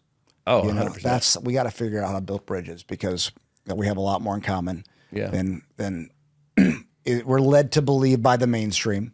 Yeah. And, I think that ultimately we're better working together than against each other. It's like that old movie, that Disney Pixar movie, A Bug's Life. That scene in that movie when the grasshoppers are like, the moment that the ants realize that they outnumber us 10-1, it's over. Right. And again, that's going back to who we, serving.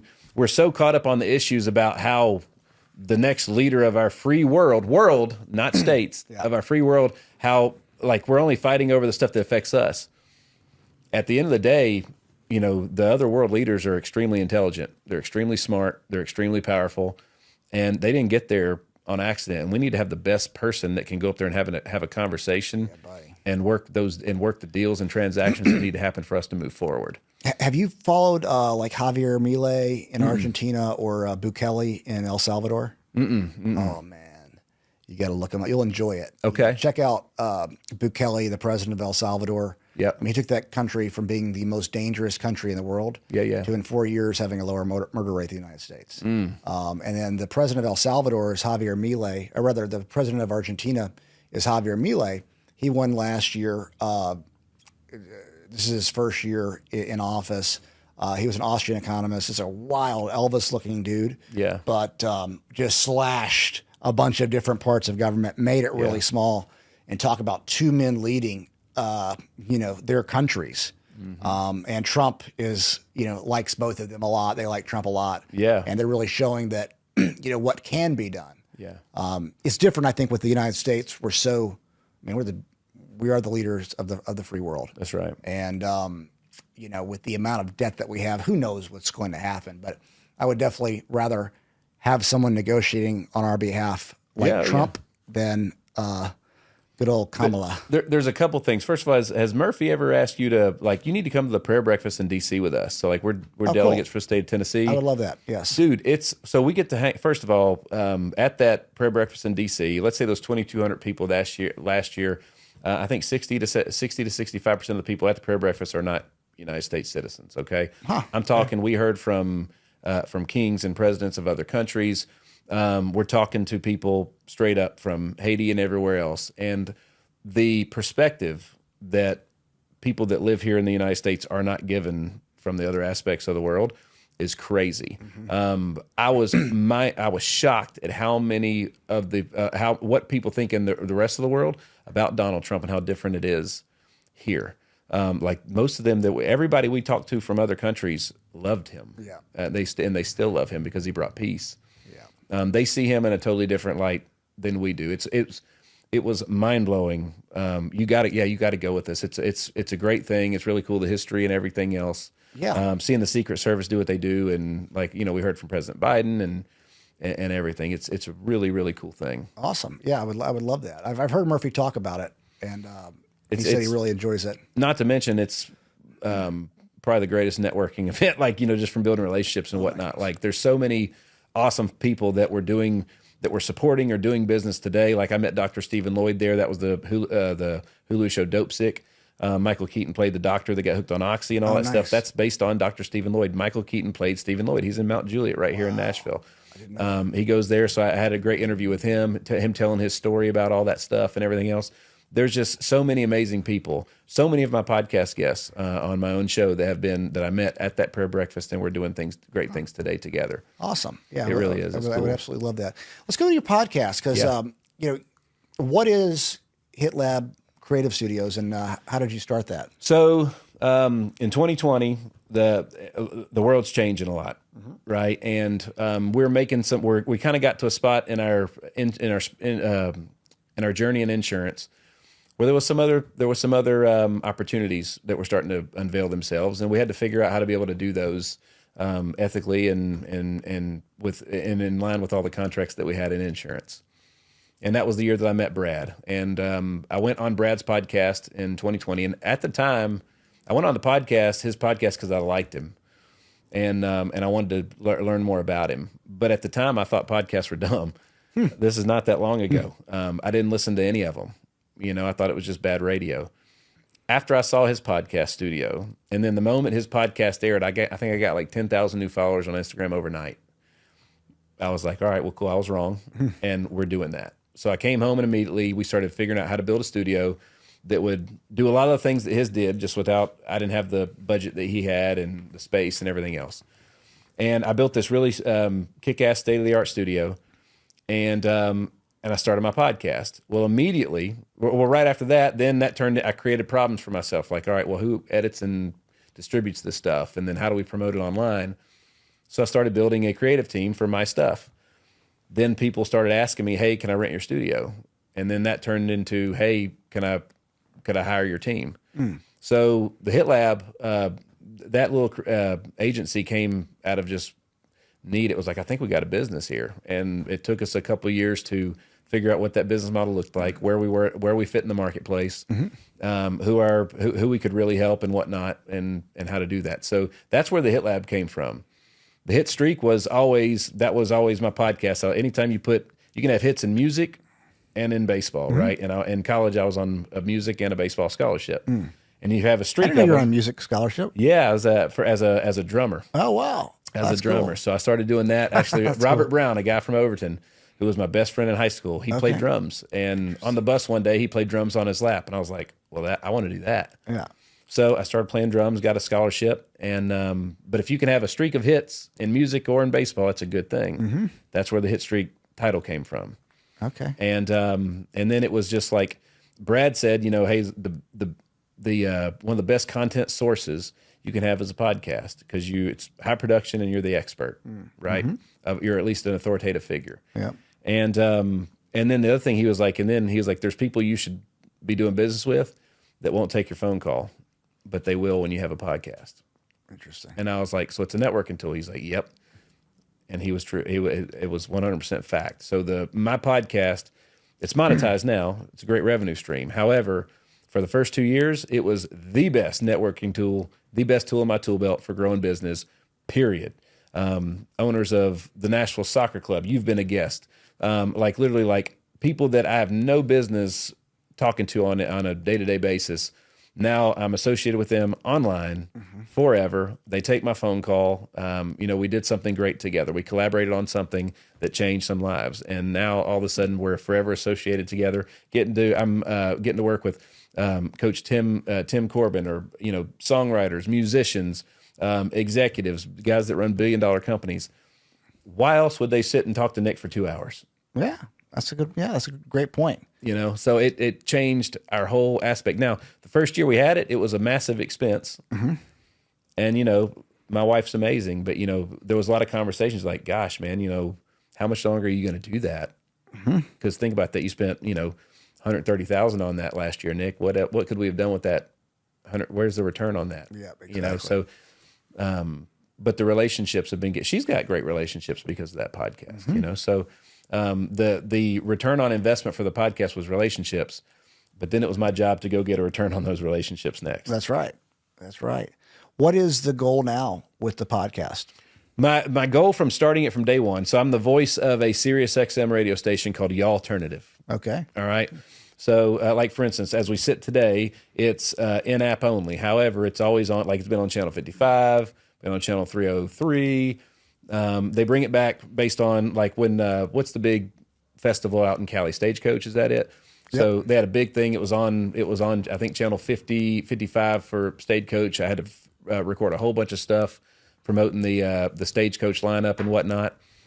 I have a great relationship with SiriusXM. My goal is that my podcast will be picked up by SiriusXM. So everything that we've done, what I know that what's when SiriusXM buys the rights to a podcast, what I know, I'm sure there's more, but what I know they buy when they do that, since day one we've been building that catalog up so that it's purchase ready whenever they're ready to make that move. Who is the person at SiriusXM that can make that decision? I don't know who that is yet. I'm still trying to figure that out, you know. So if you know, I'll be glad to. I think I do. I'm just going back through my Rolodex in my brain. I'm like, I met the person that runs SiriusXM sometime. Yeah. I call a couple people and find out, but it's it's great because right now Apple Podcasts, obviously Spotify, YouTube does not like my podcast at all, but that's all right. We'll get there, you know. But the fun fact about podcasts. So podcasts are slowly replacing most major news outlets and media outlets, right? And it's funny, you can just like go look at the top 10, like Spotify just released the top 10 podcasts worldwide. I think Apple did the same thing. 7 out of the 10 that I know of. The other 3, I just don't know what the podcast is about or which political side they fall on. 7 out of the 10 are right-sided podcasts. There are no left-sided podcasts in the top 10 because it's all going to be a cry fest. That's it. And they're getting it from CNN or their news outlet. Come right? on, it's the victim Olympics. But like you got to ask yourself, like when if you ask somebody on the left that like is whatever their news outlet says is right or die. Why aren't any of those? Why are there no left-sided podcasts in the top 10? Like what you just got to ask yourself why a whole medium is one side and then the media is the exact opposite. Like there's no like. Well, I was reading the statistics of the media's political leanings, and it was like only I think it was 7% were Republican, and it was like 40-something% were Democrat, and then the other percentage, 30-something%, 40-something% independent. Of course, media wants to act like they're independent. So I was like, that's probably why you had that big section, but they're all probably left-leaning too. But it was telling that, it was only like 7% were conservative. And, when I see the media the mainstream media trash Trump after the Rogan interview, and say all these things, I'm like, this is why you're failing. You're full of shit. That's exactly right. Yeah. I mean, it's when you like. I think Socrates, like when you just his big thing was, how do you know that? How do you know that? All right, I believe X. How do you know that? So and so told me. How did they know that? Getting to the root. That's why the podcast exists. Is because they were learning to think in a way to like they were trying to find the root of whatever it was that they were hearing. Like, I grew up and I had to rethink some generational thought patterns. I grew up in a house that said, we can't afford that. Now I'm training. I've learned to think, how can I afford that? And when you question it that way, you usually accomplish those things. So again, when you see like mainstream media has been around forever. Okay, podcasts have not. Why is one side dominating the podcast circuits? And it's just because, again, if you like one of the greatest things that you see is people from the right asking, who do you support, Trump or Kamala? And they're like, Kamala. Why? They don't know. Yeah, exactly. They don't know why they believe what they believe. And that's the thing that I think that the right side is doing better than the left right now is they're just questioning basic things. Yeah. And like, it's crazy to me, like with this whole, what is it, Project 2025? Is that what it is? Trump's getting pegged with it. Yeah, and like, it's funny. from his face will say, I have nothing to do with that. But just because somebody else, I could say the same thing, like, Ed, you wrote that, right? So like, Ed, no, he wrote it. Ed wrote it. Yeah. And you say, no, I didn't. And I'm like, well, I'm right. you know, like, it's like, what are we doing? That's exactly right. I had somebody try to say, well, 70% of economists say that, Trump's plan is going to cause more debt and that Kamala's is better. And I said, why don't you get out your phone right now and go to ChatGPT and ask what percentage of economists are liberal and what percentage are conservative. And it was 68% were liberal. It was only like 12% conservative. Yeah. And the rest were moderate, but it's like almost down the party lines. I'm like, so here you are repeating these talking points of economists, say that Kamala's better, but they're all, Democrats. Yep. And, but people they don't think like that. They don't ask those questions. The lack of critical thinking is pretty bright right now. That's it. The critical thinking. They believe so many things that they don't really actually know why they believe those. And there's really they're not basing it on any factual nature or anything like that. And I think that's what's so dangerous about it. Well, and the reality is they're not voting for Kamala. They're voting against Trump.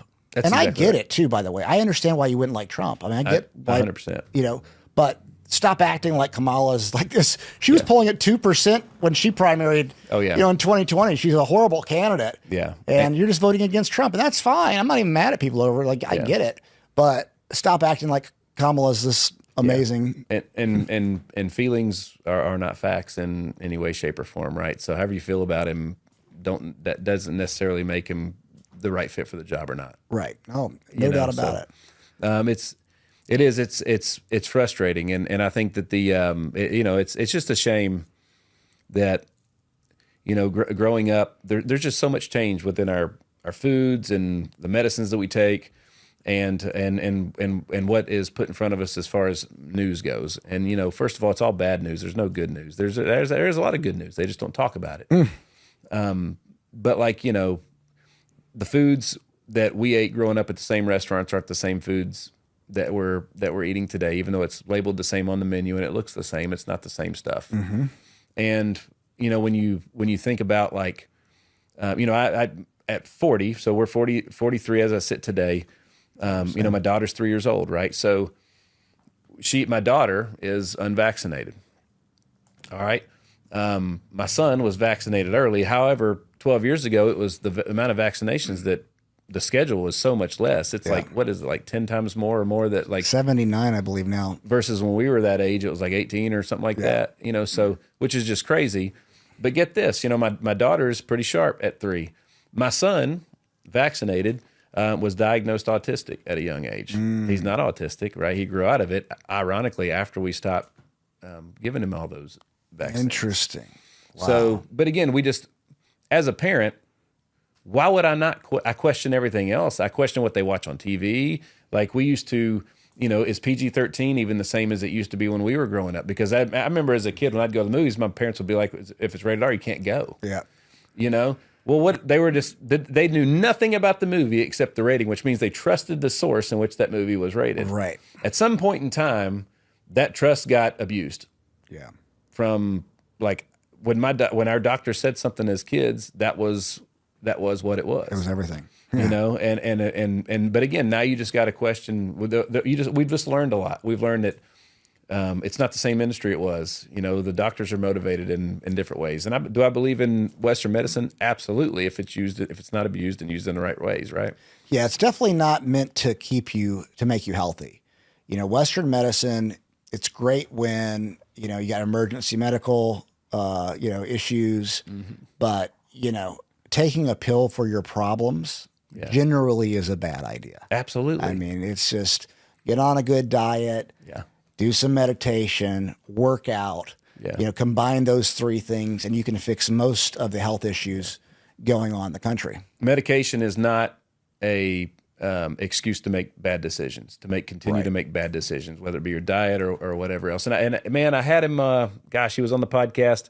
I'd have to look up the notes, Cole. But he said, basically it came down to like, don't wait until you get diabetes to change your diet. Right. And I can't remember how he said it. It was beautiful. It was a statement where basically like, you let stuff get bad and then you fix it. No, you fix it before it gets bad type thing. Right. You don't wait till your engine blows up to change the oil. Right. There's a certain thing. So we're all big, as an insurance guy, people are real big on those preventative checkups, right? But they're not real big on the preventative habits that keep them from getting sick in the first place, right? So again, medicine is not a substitute for good decisions. That's right. That's right. And I like that Make America Healthy Again thing that RFK is doing. 100%. Well, I mean, gosh, if, in World War II, there was a draft, okay? Can you imagine if that happened today? Like we would lose if we had to pull soldiers out of basic society, because, like, first of all, it would take twice as long to get them ready to go be fit for battle because they're not fit for battle. Like just to be so unhealthy by the millions, that is a weakness that we have to acknowledge at some point in time, because again, we're outnumbered in people by a lot of countries, right? So it goes back to that a Bug's Life thing, thing, So absolutely, and the fact that we're the richest country in the world, yet our life expectancy is 10 years less than Japan. Absolutely. Why is that? I mean, you think about people that we see on food stamps, and they're really fat. Well, what's causing that? The foods that we're giving them, the foods that they can afford. With their EBT card are bad foods. That's right. That's exactly right. Exactly right. It's, if you think about it, like let's just use a car as an example. Let's say you're buying a classic car. Well, the one that runs like a top, as they would say, that you just put gas and oil in it, and it's just been taken care of, hasn't been abused. It's always been ran consistently, and you're not always having, versus the same car. Except this one, you got to add all these little things to make it run. You got to do this and that, all these little nuances that are unique to that car that it basically just shows signs of abuse. Which one's worth more? Right. So it's just crazy to think that, like, just because you're older, that your medicine is required. Because there's those old classic cars that have been just taken care of and babied and. And they don't require all those things. You can change the oil, change the filters, change the tires, change the brakes, and start them up just like when they were new, versus a car that might be even newer, but it's just been neglected, like I did my first car, and I didn't change the oil, and I blew it up, and all those other things. Right. It's just our bodies are the same way. Yeah, our bodies are the same way, and when there's that old photo of the beach in the '70s versus now, and how just we're all fat now, and everybody back then was. Lean and trim and everything else.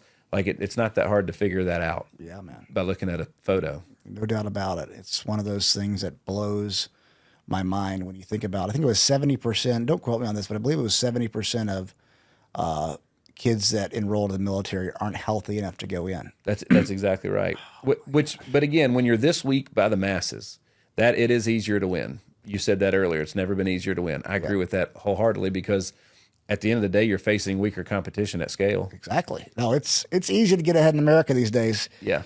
Because you got all these weak men out there. That's right. And it does seem like it's by design. They feminize men. They make you question, everything. When you're debating, this is when I knew. I'm like, okay, I can't take them serious anymore. When we're arguing if a man can get pregnant. Yeah. I'm like, no. Absolutely. Not arguing this. Absolutely. I'm not that. You're the crazy one. I know you're saying I'm insensitive, whatever. You're the crazy one for thinking that, because I'm not going there. And so that's kind of where I decided to draw the line of my acceptance. I mean, if they want to do that, that's fine. I have nothing against them personally, but don't convince me that I'm somehow a weaker human for not accepting their insanity. Yeah, like the things in which we base feelings or objectives off of it is just like, I watched a interview with Kevin O'Leary, Mr. Wonderful, the other day, talking about I think it was the income tax. Was it on CNN? But I think so. It was so good, yeah. When basically he's like, we're talking about going from 20 taxing the big corporations from 21 to 28%. He's like, but what we should be basing that off of is the GDP, not the GDP, but the GDP. Basically like, so like where we rank in the rest of the world as far as our corporations go. Yeah. And it just like, you could see the look on everybody's face. It was like, holy crap, that is how we should make that decision versus the talking points in which they're using now. So like a lot of a lot of the talking points and decisions that we're making now are actually not, they're not the right things to be making decisions off of or formulating thoughts. Right. No, absolutely. It's incoherent, and it penalizes those that are, the most successful. Yeah. That's the thought process. It's like, we got to penalize you for being an overachiever. Yeah. We don't have equity here. It's like, I don't give a shit about equity. I care about equality of opportunity. I think we should all have an equal opportunity. Yeah. But, this stuff where, we got to make it equitable for everybody. It goes against everything that we were taught as kids. Yeah. We have to be competitive. Absolutely. We have to have a drive to win. And last time I checked, even in Hollywood, the underdog story is the best story, right? Of course. So, and those are the things that where those people overcame things that other people didn't have to overcome. Yeah. It's a hero's journey, man. That's right. That's what we want to live, that hero's journey. We want to be that hero. That's right. And, that's what America is so great at. Yeah. I mean, we have, it doesn't matter who you are. Why is it then? If someone is to be an immigrant coming to America, at least before the last 4 years, they're 3 times more likely to become a millionaire than someone who is born here. And why? That's right. Well, because again, free creates lazy. Entitlement creates laziness, right? And, they come over here and what we take for granted and expect, they're blown away that we gave it to them. Yeah. Well, you're talking about the perspective of people that from other countries that look at Trump and, it's that way. I've lived in now 4 different countries, and America is by far the most diverse. America is by far the least racist. By far. Correct. Racism is rampant. Correct. In these other countries. Like, correct. They look down on black people straight up. Yeah. And so much so it makes me uncomfortable if I hear them talk. I'm like, you really think like that? Yeah. That's but right. America it's the least racist country in the world. That's right. And they'd want to make you believe that this is like this big racist haven. That's correct. Give me a break. That I agree with that. And I don't remember who said it, but it was like, I may have been Morgan Freeman even. It's like, if we would stop talking about it, would it exist? When we were kids, you learned about it, but it wasn't, I'm sure it was, maybe it was worse back then. Maybe it wasn't. We didn't talk about it enough. So like, I didn't even, being a racist in the world that I grew up in, the home I grew up in, it wasn't even a thing. Those were just people. Yeah. Well, and if you're a racist in metro public schools, even when we were growing up, we would have got our ass beat. 100%. Well, and it was funny too, because we both went to, did you go to Rose Park? I went to Rose Park. I went to Rose Park. Yep. So, and I remember Coach Smith looked like Bill Cosby. Yep. I'd love to meet that man again. Well, Rose Park had a basketball team. Okay. And I was on the basketball team. I was the only white dude on the basketball team. There wasn't a lot of white people there, period. And definitely wasn't, the only white people in that neighborhood were at the school. Yeah. But like, and we rode on the bus for dang near an hour to get there. It was all the way downtown. We drove by 3 schools to get there. Like, it didn't make a lot of sense at the time. But going back to what we were talking about, like again, but that was the fact that I was like the only white dude on the team. They used to pick on me for that in a good way. Right. They had nicknames for me, like just like Saltine, Milky. You know what I mean? Like, there's Sunshine, just like in the movie. They called me Sunshine, and Remember the Titans. Those are terms of endearment, though. They were. I appreciate it. Yeah. Absolutely. I mean, I was a teammate, and they treated me fantastic. When they would call me those names with their arm around me, you know, and stuff like that. So it was, I don't know, it was just such a different time, and I didn't think anything of it, and they didn't mean anything by it. 100%. That's what I miss that. One of my business partners, actually in that picture, is the guy in the bottom left, Dedrick Perry.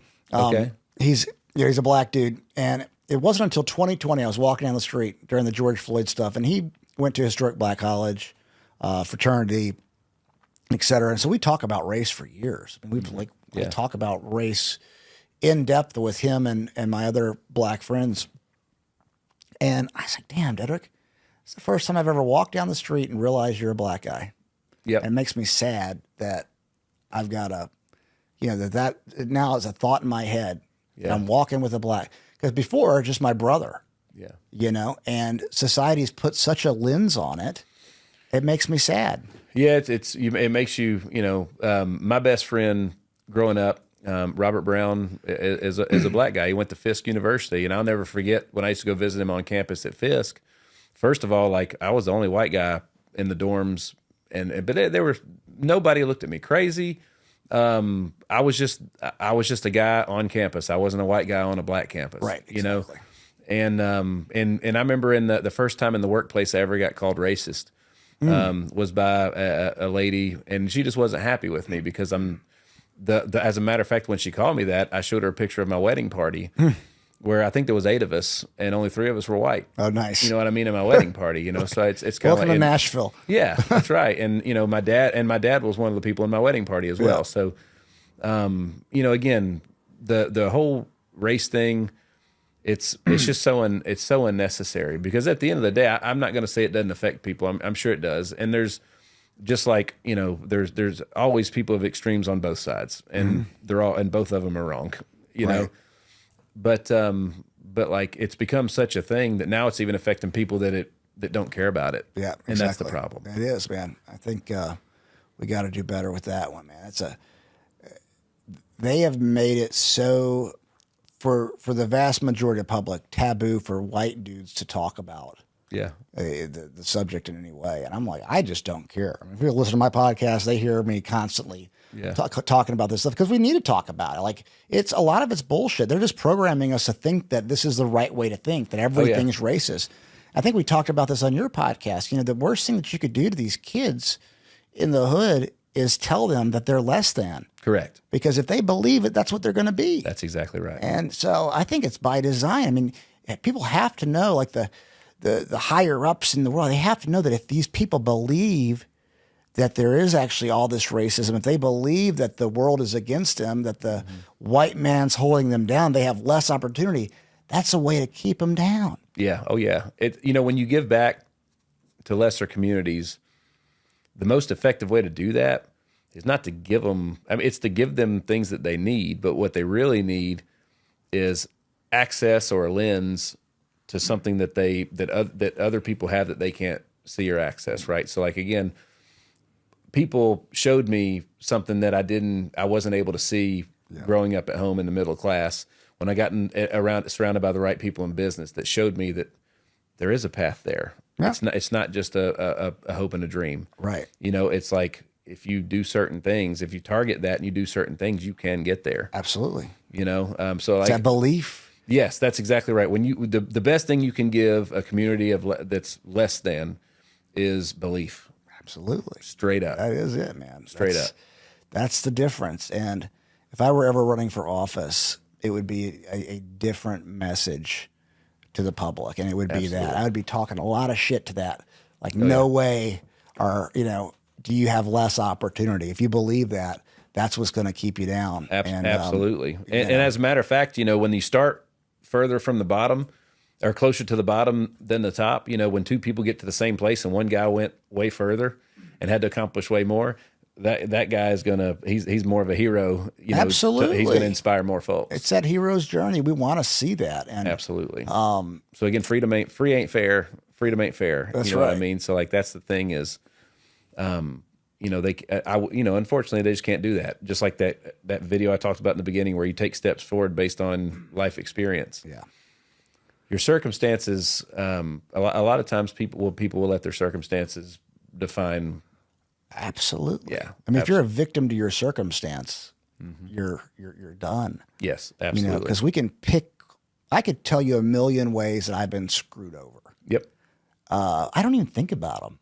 Oh yeah. I'm like, no, actually, but how you look at it too, is a circumstance an opportunity? Yeah. Or, is it, something bad that happened? Like, a lot of these circumstances are opportunities to look at it a different way. We get to choose how we look at it. That's right.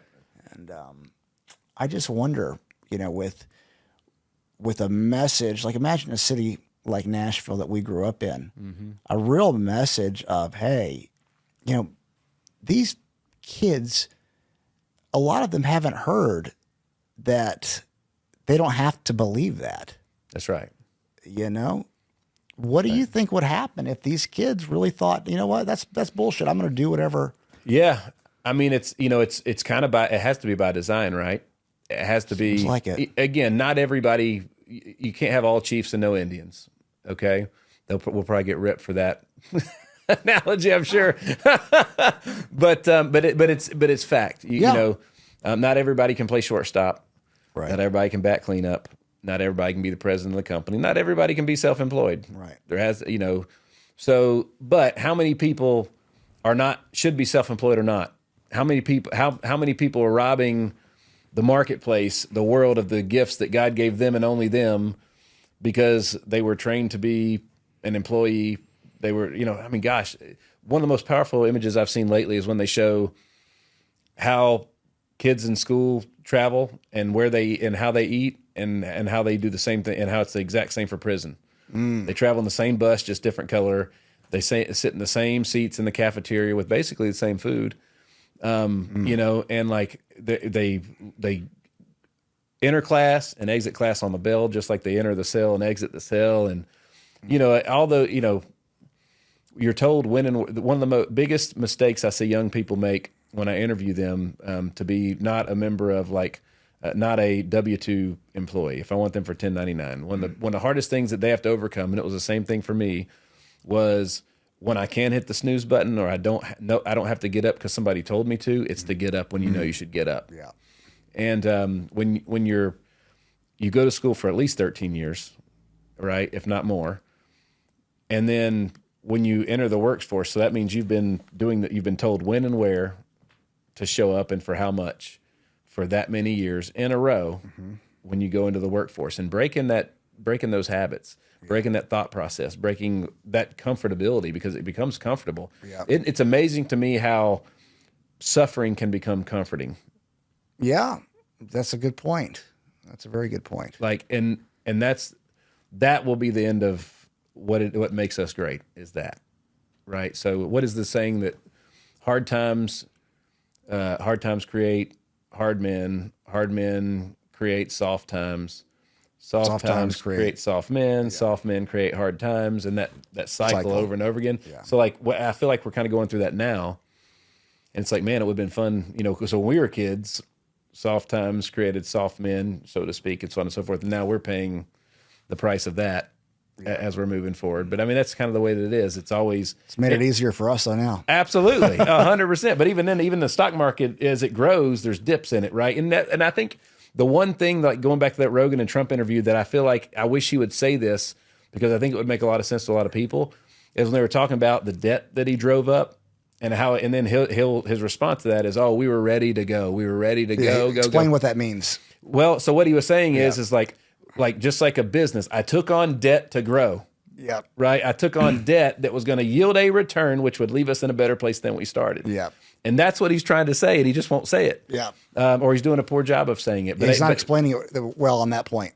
I agree. But basically, it was an investment. That is, like, companies take on debt to grow.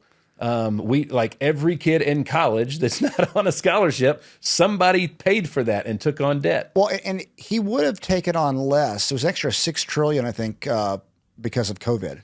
Yeah, it's crazy to me how they can just kick that under the rug like that didn't happen. He was running at about, I was looking at the numbers, around $4 trillion, and going into the final year, and then it just ballooned that last year. But it wouldn't have happened without COVID, and it was that close. And what he was saying was he was going to start paying off debt. Correct. Paying that down as the GDP explodes. And I mean, I get it. You get it. We're business owners. We understand what he's saying.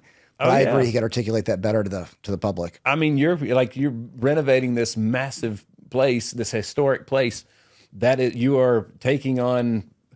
Even if you're paying for it cash, it's coming out of the business. It's creating debt, so to speak. You know what I mean? So to at least pay it back, that is a form of investment, is debt. Well, an example is I was paying cash out of my personal pocket. And Dang. I've covered it up to this point. And now I'm getting ready to take on a little debt. Yeah. You know, the last million two is going to be debt. Yeah. And, there's reasons to do that. Cash flow. I want to have a little more cash in my pocket That's instead exactly of spending right. crazy amount every month. I learned there's good debt. Like, Yeah. The book that changed my life the most was Rich Dad Poor Dad, because I didn't understand. I didn't know you're never going to be good at handling money or making money or investing money until you actually understand money. Yeah. And that book taught me that I was financially illiterate. Like, I actually didn't speak the language at all. And that book changed my life, because it made me think about it made me understand what cash flow meant, and that how even you can have debt that cash flow is positive, which is a good thing. Yeah. So it just, again, people villainize money because they villainize the people that have access to knowledge, or they have knowledge that those people just hadn't gotten yet. Yeah. Right. So because if we all had access to that knowledge, where would we be, type thing. So, Right. When people have to want that access too, even when it comes to real estate, talking about good debt, bad debt, if you can refi something and still cash flow it, you always want to refi because you're taking it out tax free. That's right. It's like that understanding was a game changer for me. I'm like, oh yeah, that does make a lot of sense. That simple one. Yeah. There's a concept of refi till you die. Keep refi as long as you can cash flow it. That's right. Because you're able to take that cash out. That's if it's an LLC refining, you take the cash out personally. You're That's not connected to the debt really. And 100%. It's and even then, the people that villainize the people with money, in my opinion, because there's a lot of people that don't have a lot and they're extremely happy. Mm-hmm. They're right where they need to be. Yeah. They're right where they want to be. They have a small house. They go to work and they come home and they invest their time into their family or fixing things at home or whatever they want to do. They call it in my neighborhood, they call the people that don't get their lawn cut by a professional company managed, but they're called them DIY guys, right? And that's okay. There's certain people that enjoy that stuff. The people that look at the people with money and they're, I won't say, let's just say they look at it with money and they think that those people, they villainize those people. Those are people that are just cutting themselves short. They know they're called for more and they're just not answering the call. Yeah. Because the people that are part of the middle class or even below that are happy, they're not looking at rich people with envy. Yep. Those that say it must be nice. That's right. I hear it must be nice. I'm like, you have no idea. You have no idea how hard it's been to get here. No doubt. And I was telling a buddy of mine last night, 2024 has been an amazing year, full of growth, unprecedented growth, as a matter of fact, in some things that we're doing. However, in 2022 and 2023, we made a big $500,000 investment into our home in the form of a pool and all these different things. And so we were under construction for a year. That sucked. You're doing that right now. Your project's way bigger than mine. But we were under construction for a year. Place was a disaster. And within a year of the pool being finished, I haven't talked about this a lot. Within the year of the pool being finished, a wall collapsed on the pool. It happened in June. It still collapsed in my backyard today because we're going through all this stuff, right? So this beautiful thing, and by the way, when you take on it, when you invest in an asset like the home that we live in, there was we're getting a pool, memories, and all those things, but there was a financial play involved that required everything being reevaluated. Which then now there's new equity in the property that opens up a lot of different doors for a lot of different things and so on and so forth. So that thing moving on a certain schedule is very important. And now it's been delayed 6 months, which means it delayed a lot of other future plans and whatnot. So those are, does it suck walking outside every day and looking at literally a broken $500,000 hole in the ground? 100%. But we're 2024 has been filled with a lawsuit over that, a massive insurance claim over that. A part of the landscaping renovations that we did, a light that it's impossible to catch on fire outside caught on fire and burned down 3 days after landscaping completion, burnt down half the landscaping in the front. And then that has turned into we settled on, I just paid for it. I don't want to pay for it again. Just fix it and I'm good. We're still waiting on that money. I got in a year ago on October 26th. Right off of Harding Place in 24 here in Nashville, going towards the police station, coming downtown, that turn lane right there does not stop when you're getting off the interstate. So my son and I are going to Hit After Hit to get a new bat one day. And we're getting off at Harding Place. And I got to get over quick if you know the route there. So as soon as I'm going, this lane does not stop. There's nobody in front of the car in front of me. So she's supposed to keep on going. So as soon as she's going, I'm looking left to see if I can get out there and change lanes, right? Well, she stops in the lane that don't stop. And I wasn't going fast, like 10 miles an hour. Yeah. But when I looked up, she was there. I slammed on the brakes and we bumped her. Uh-huh. All right. Now, I was in my Jeep. It's got one scratch on the bumper. So zero body work done to my Jeep. That's how small of an accident this was. Mm-hmm. Her trunk was pushed in a little bit. It was a smaller car. I just got served papers last week that I'm being sued for $500,000. Oh my gosh! Over that, for injury? Know that, yeah. Over that for injury and neglect. And I was neglectful driving and so on and so forth. When she stopped in a lane that does not stop, right.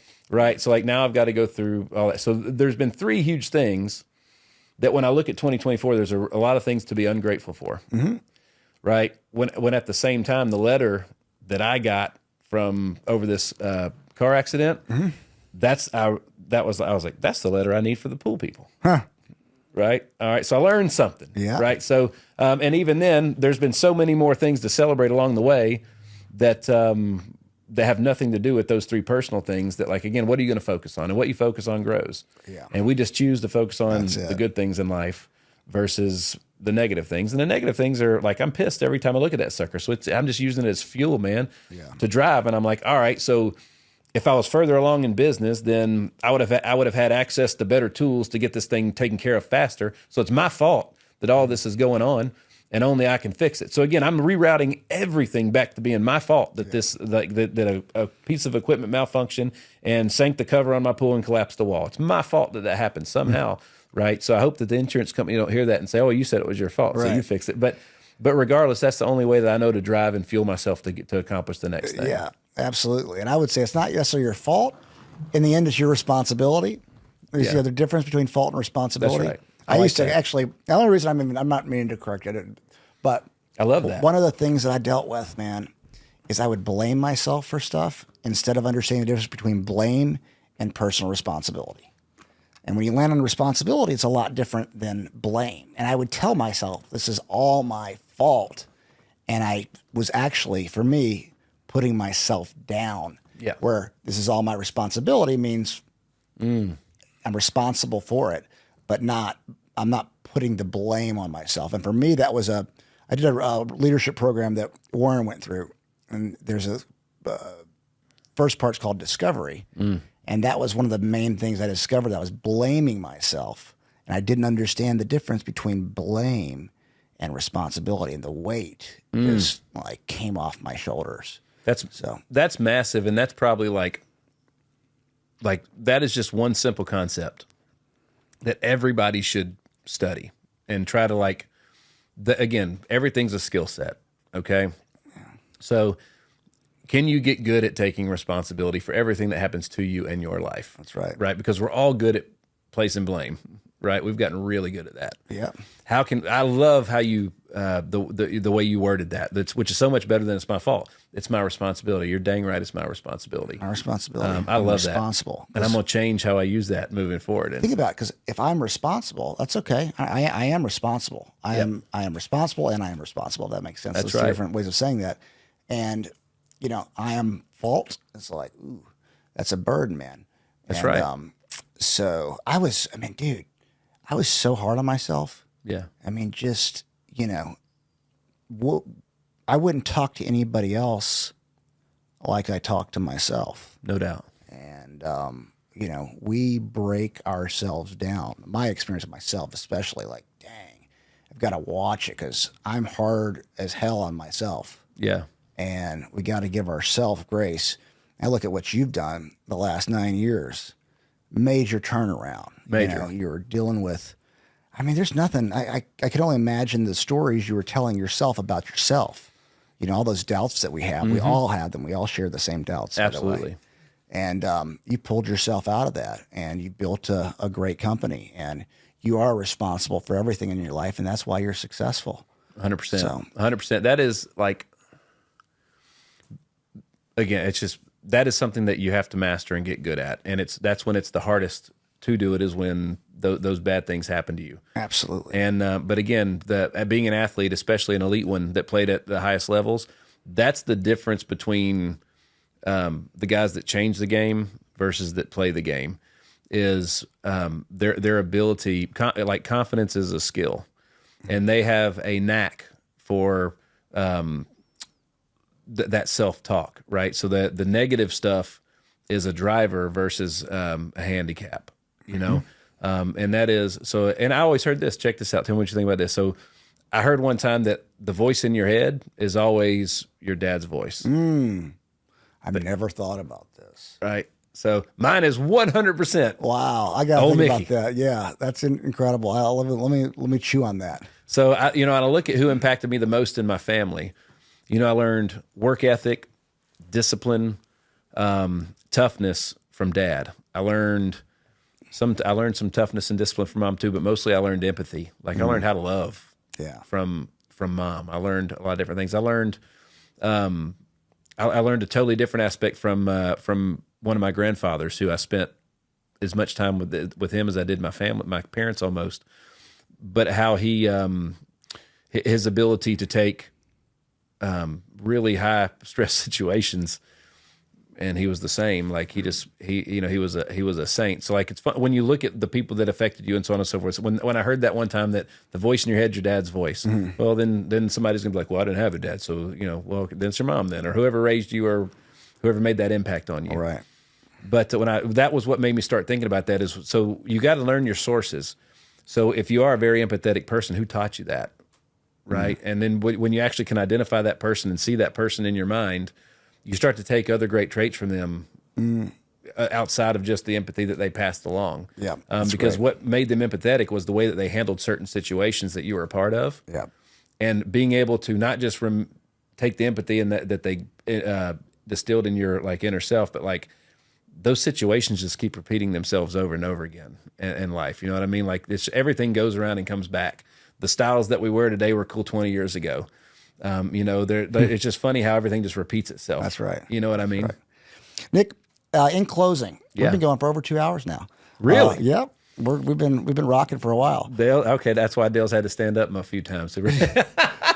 You wanna say anything in closing? Dude, hold on a minute. I love taking notes. So first of all, there is my wife and I are big faith-based people, okay? And I'm gonna tell a little bit something about church that kind of changed the game for me. So I used to hear a lot of Christians that were hurting, that were not achieving great things in life, that were not living life to their fullest potential.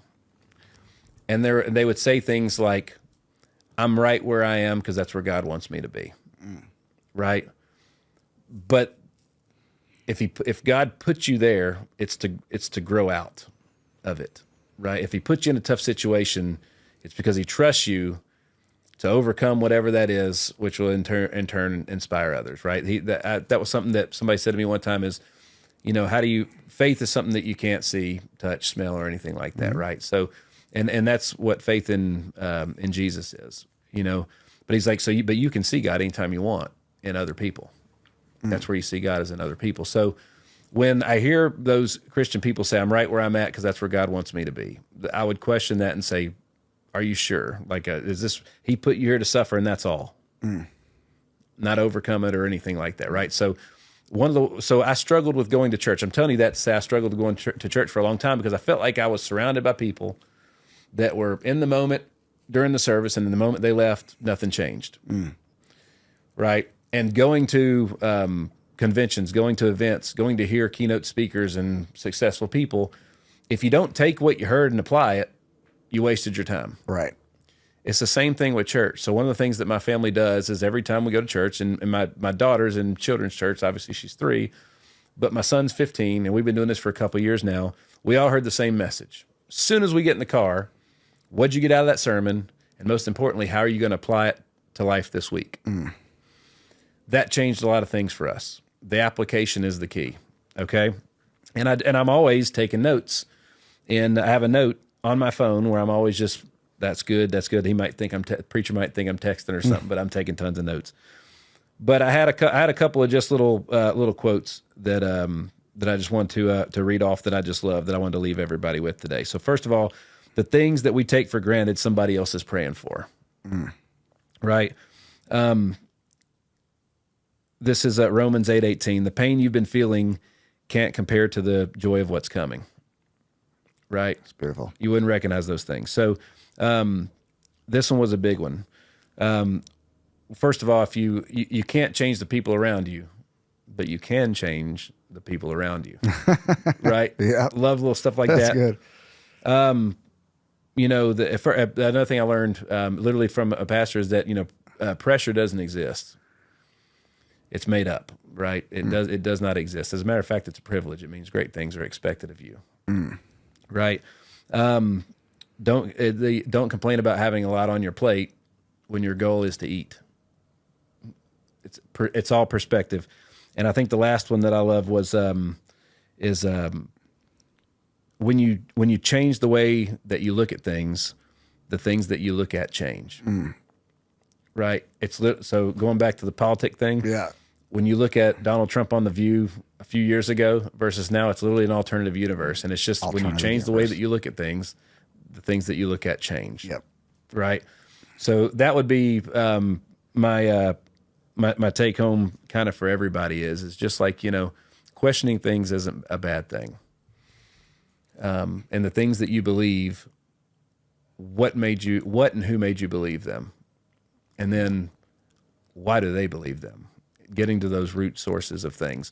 And that's the only difference that I see in people like you versus somebody else that has that God gave the same gifts to and they just hadn't accomplished as much, is that one little critical thinking. Critical thinking is something that is not, you got to learn it on your own, man. You do. You got to learn it on your own. Ask questions. That's right. Being a free thinker, I mean, is so underrated. Yes. I mean, thinking for yourself, actually taking an issue and breaking it down for yourself. Most people don't do that. They're like, well, this is what I'm told to say in society. Yep. Ask questions with every subject That's right. that you hear. Whatever it is that you believe, like, do you really believe it if you don't know why you believe it? Exactly, man. I mean, I look at what's going on these days, and I don't see a lot of critical thinking, and I have hope that, we're going to get through this. But, right now, I think the world needs strong men more than ever. Yes. I think men are more important than women right now. That's going to get me in trouble. Yeah. But I do. I think that we have to fight. Because Absolutely. they're telling men they don't need to fight. And, I think the world needs strong men right now, especially America, strong men to stand up and fight and say, you know what? I'm not afraid of you.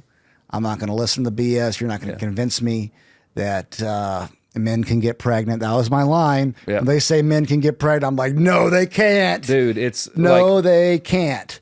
And that's what we got to stand up and fight against, is that way of thinking. Well, men and women, there's certain things that women can do that men cannot do. Just like getting pregnant. That's exactly right. My wife has, what makes my wife and I good parents is what she brings to the table and what I bring are two totally different things. Yeah. And our kids get the best of both. That's right. So again, you can put you can hammer in a nail with a screwdriver, but that's not the best tool to be used at that in that moment for that application. And putting weaker, like physically weaker women on the front lines of the battlefield up against men or whatever else, whether it be in sports or anything else, it's just that's not the best. It's again, that's taking a screwdriver to try to hammer in a nail. And everybody would agree that that's probably not the best way to do it. Yeah, absolutely. So us men need to stand up and fight. That's what we're the best tool for that. Yeah, I'm wondering if that's what God was doing when Trump got shot in the ear, and he turns and says, fight, fight, fight.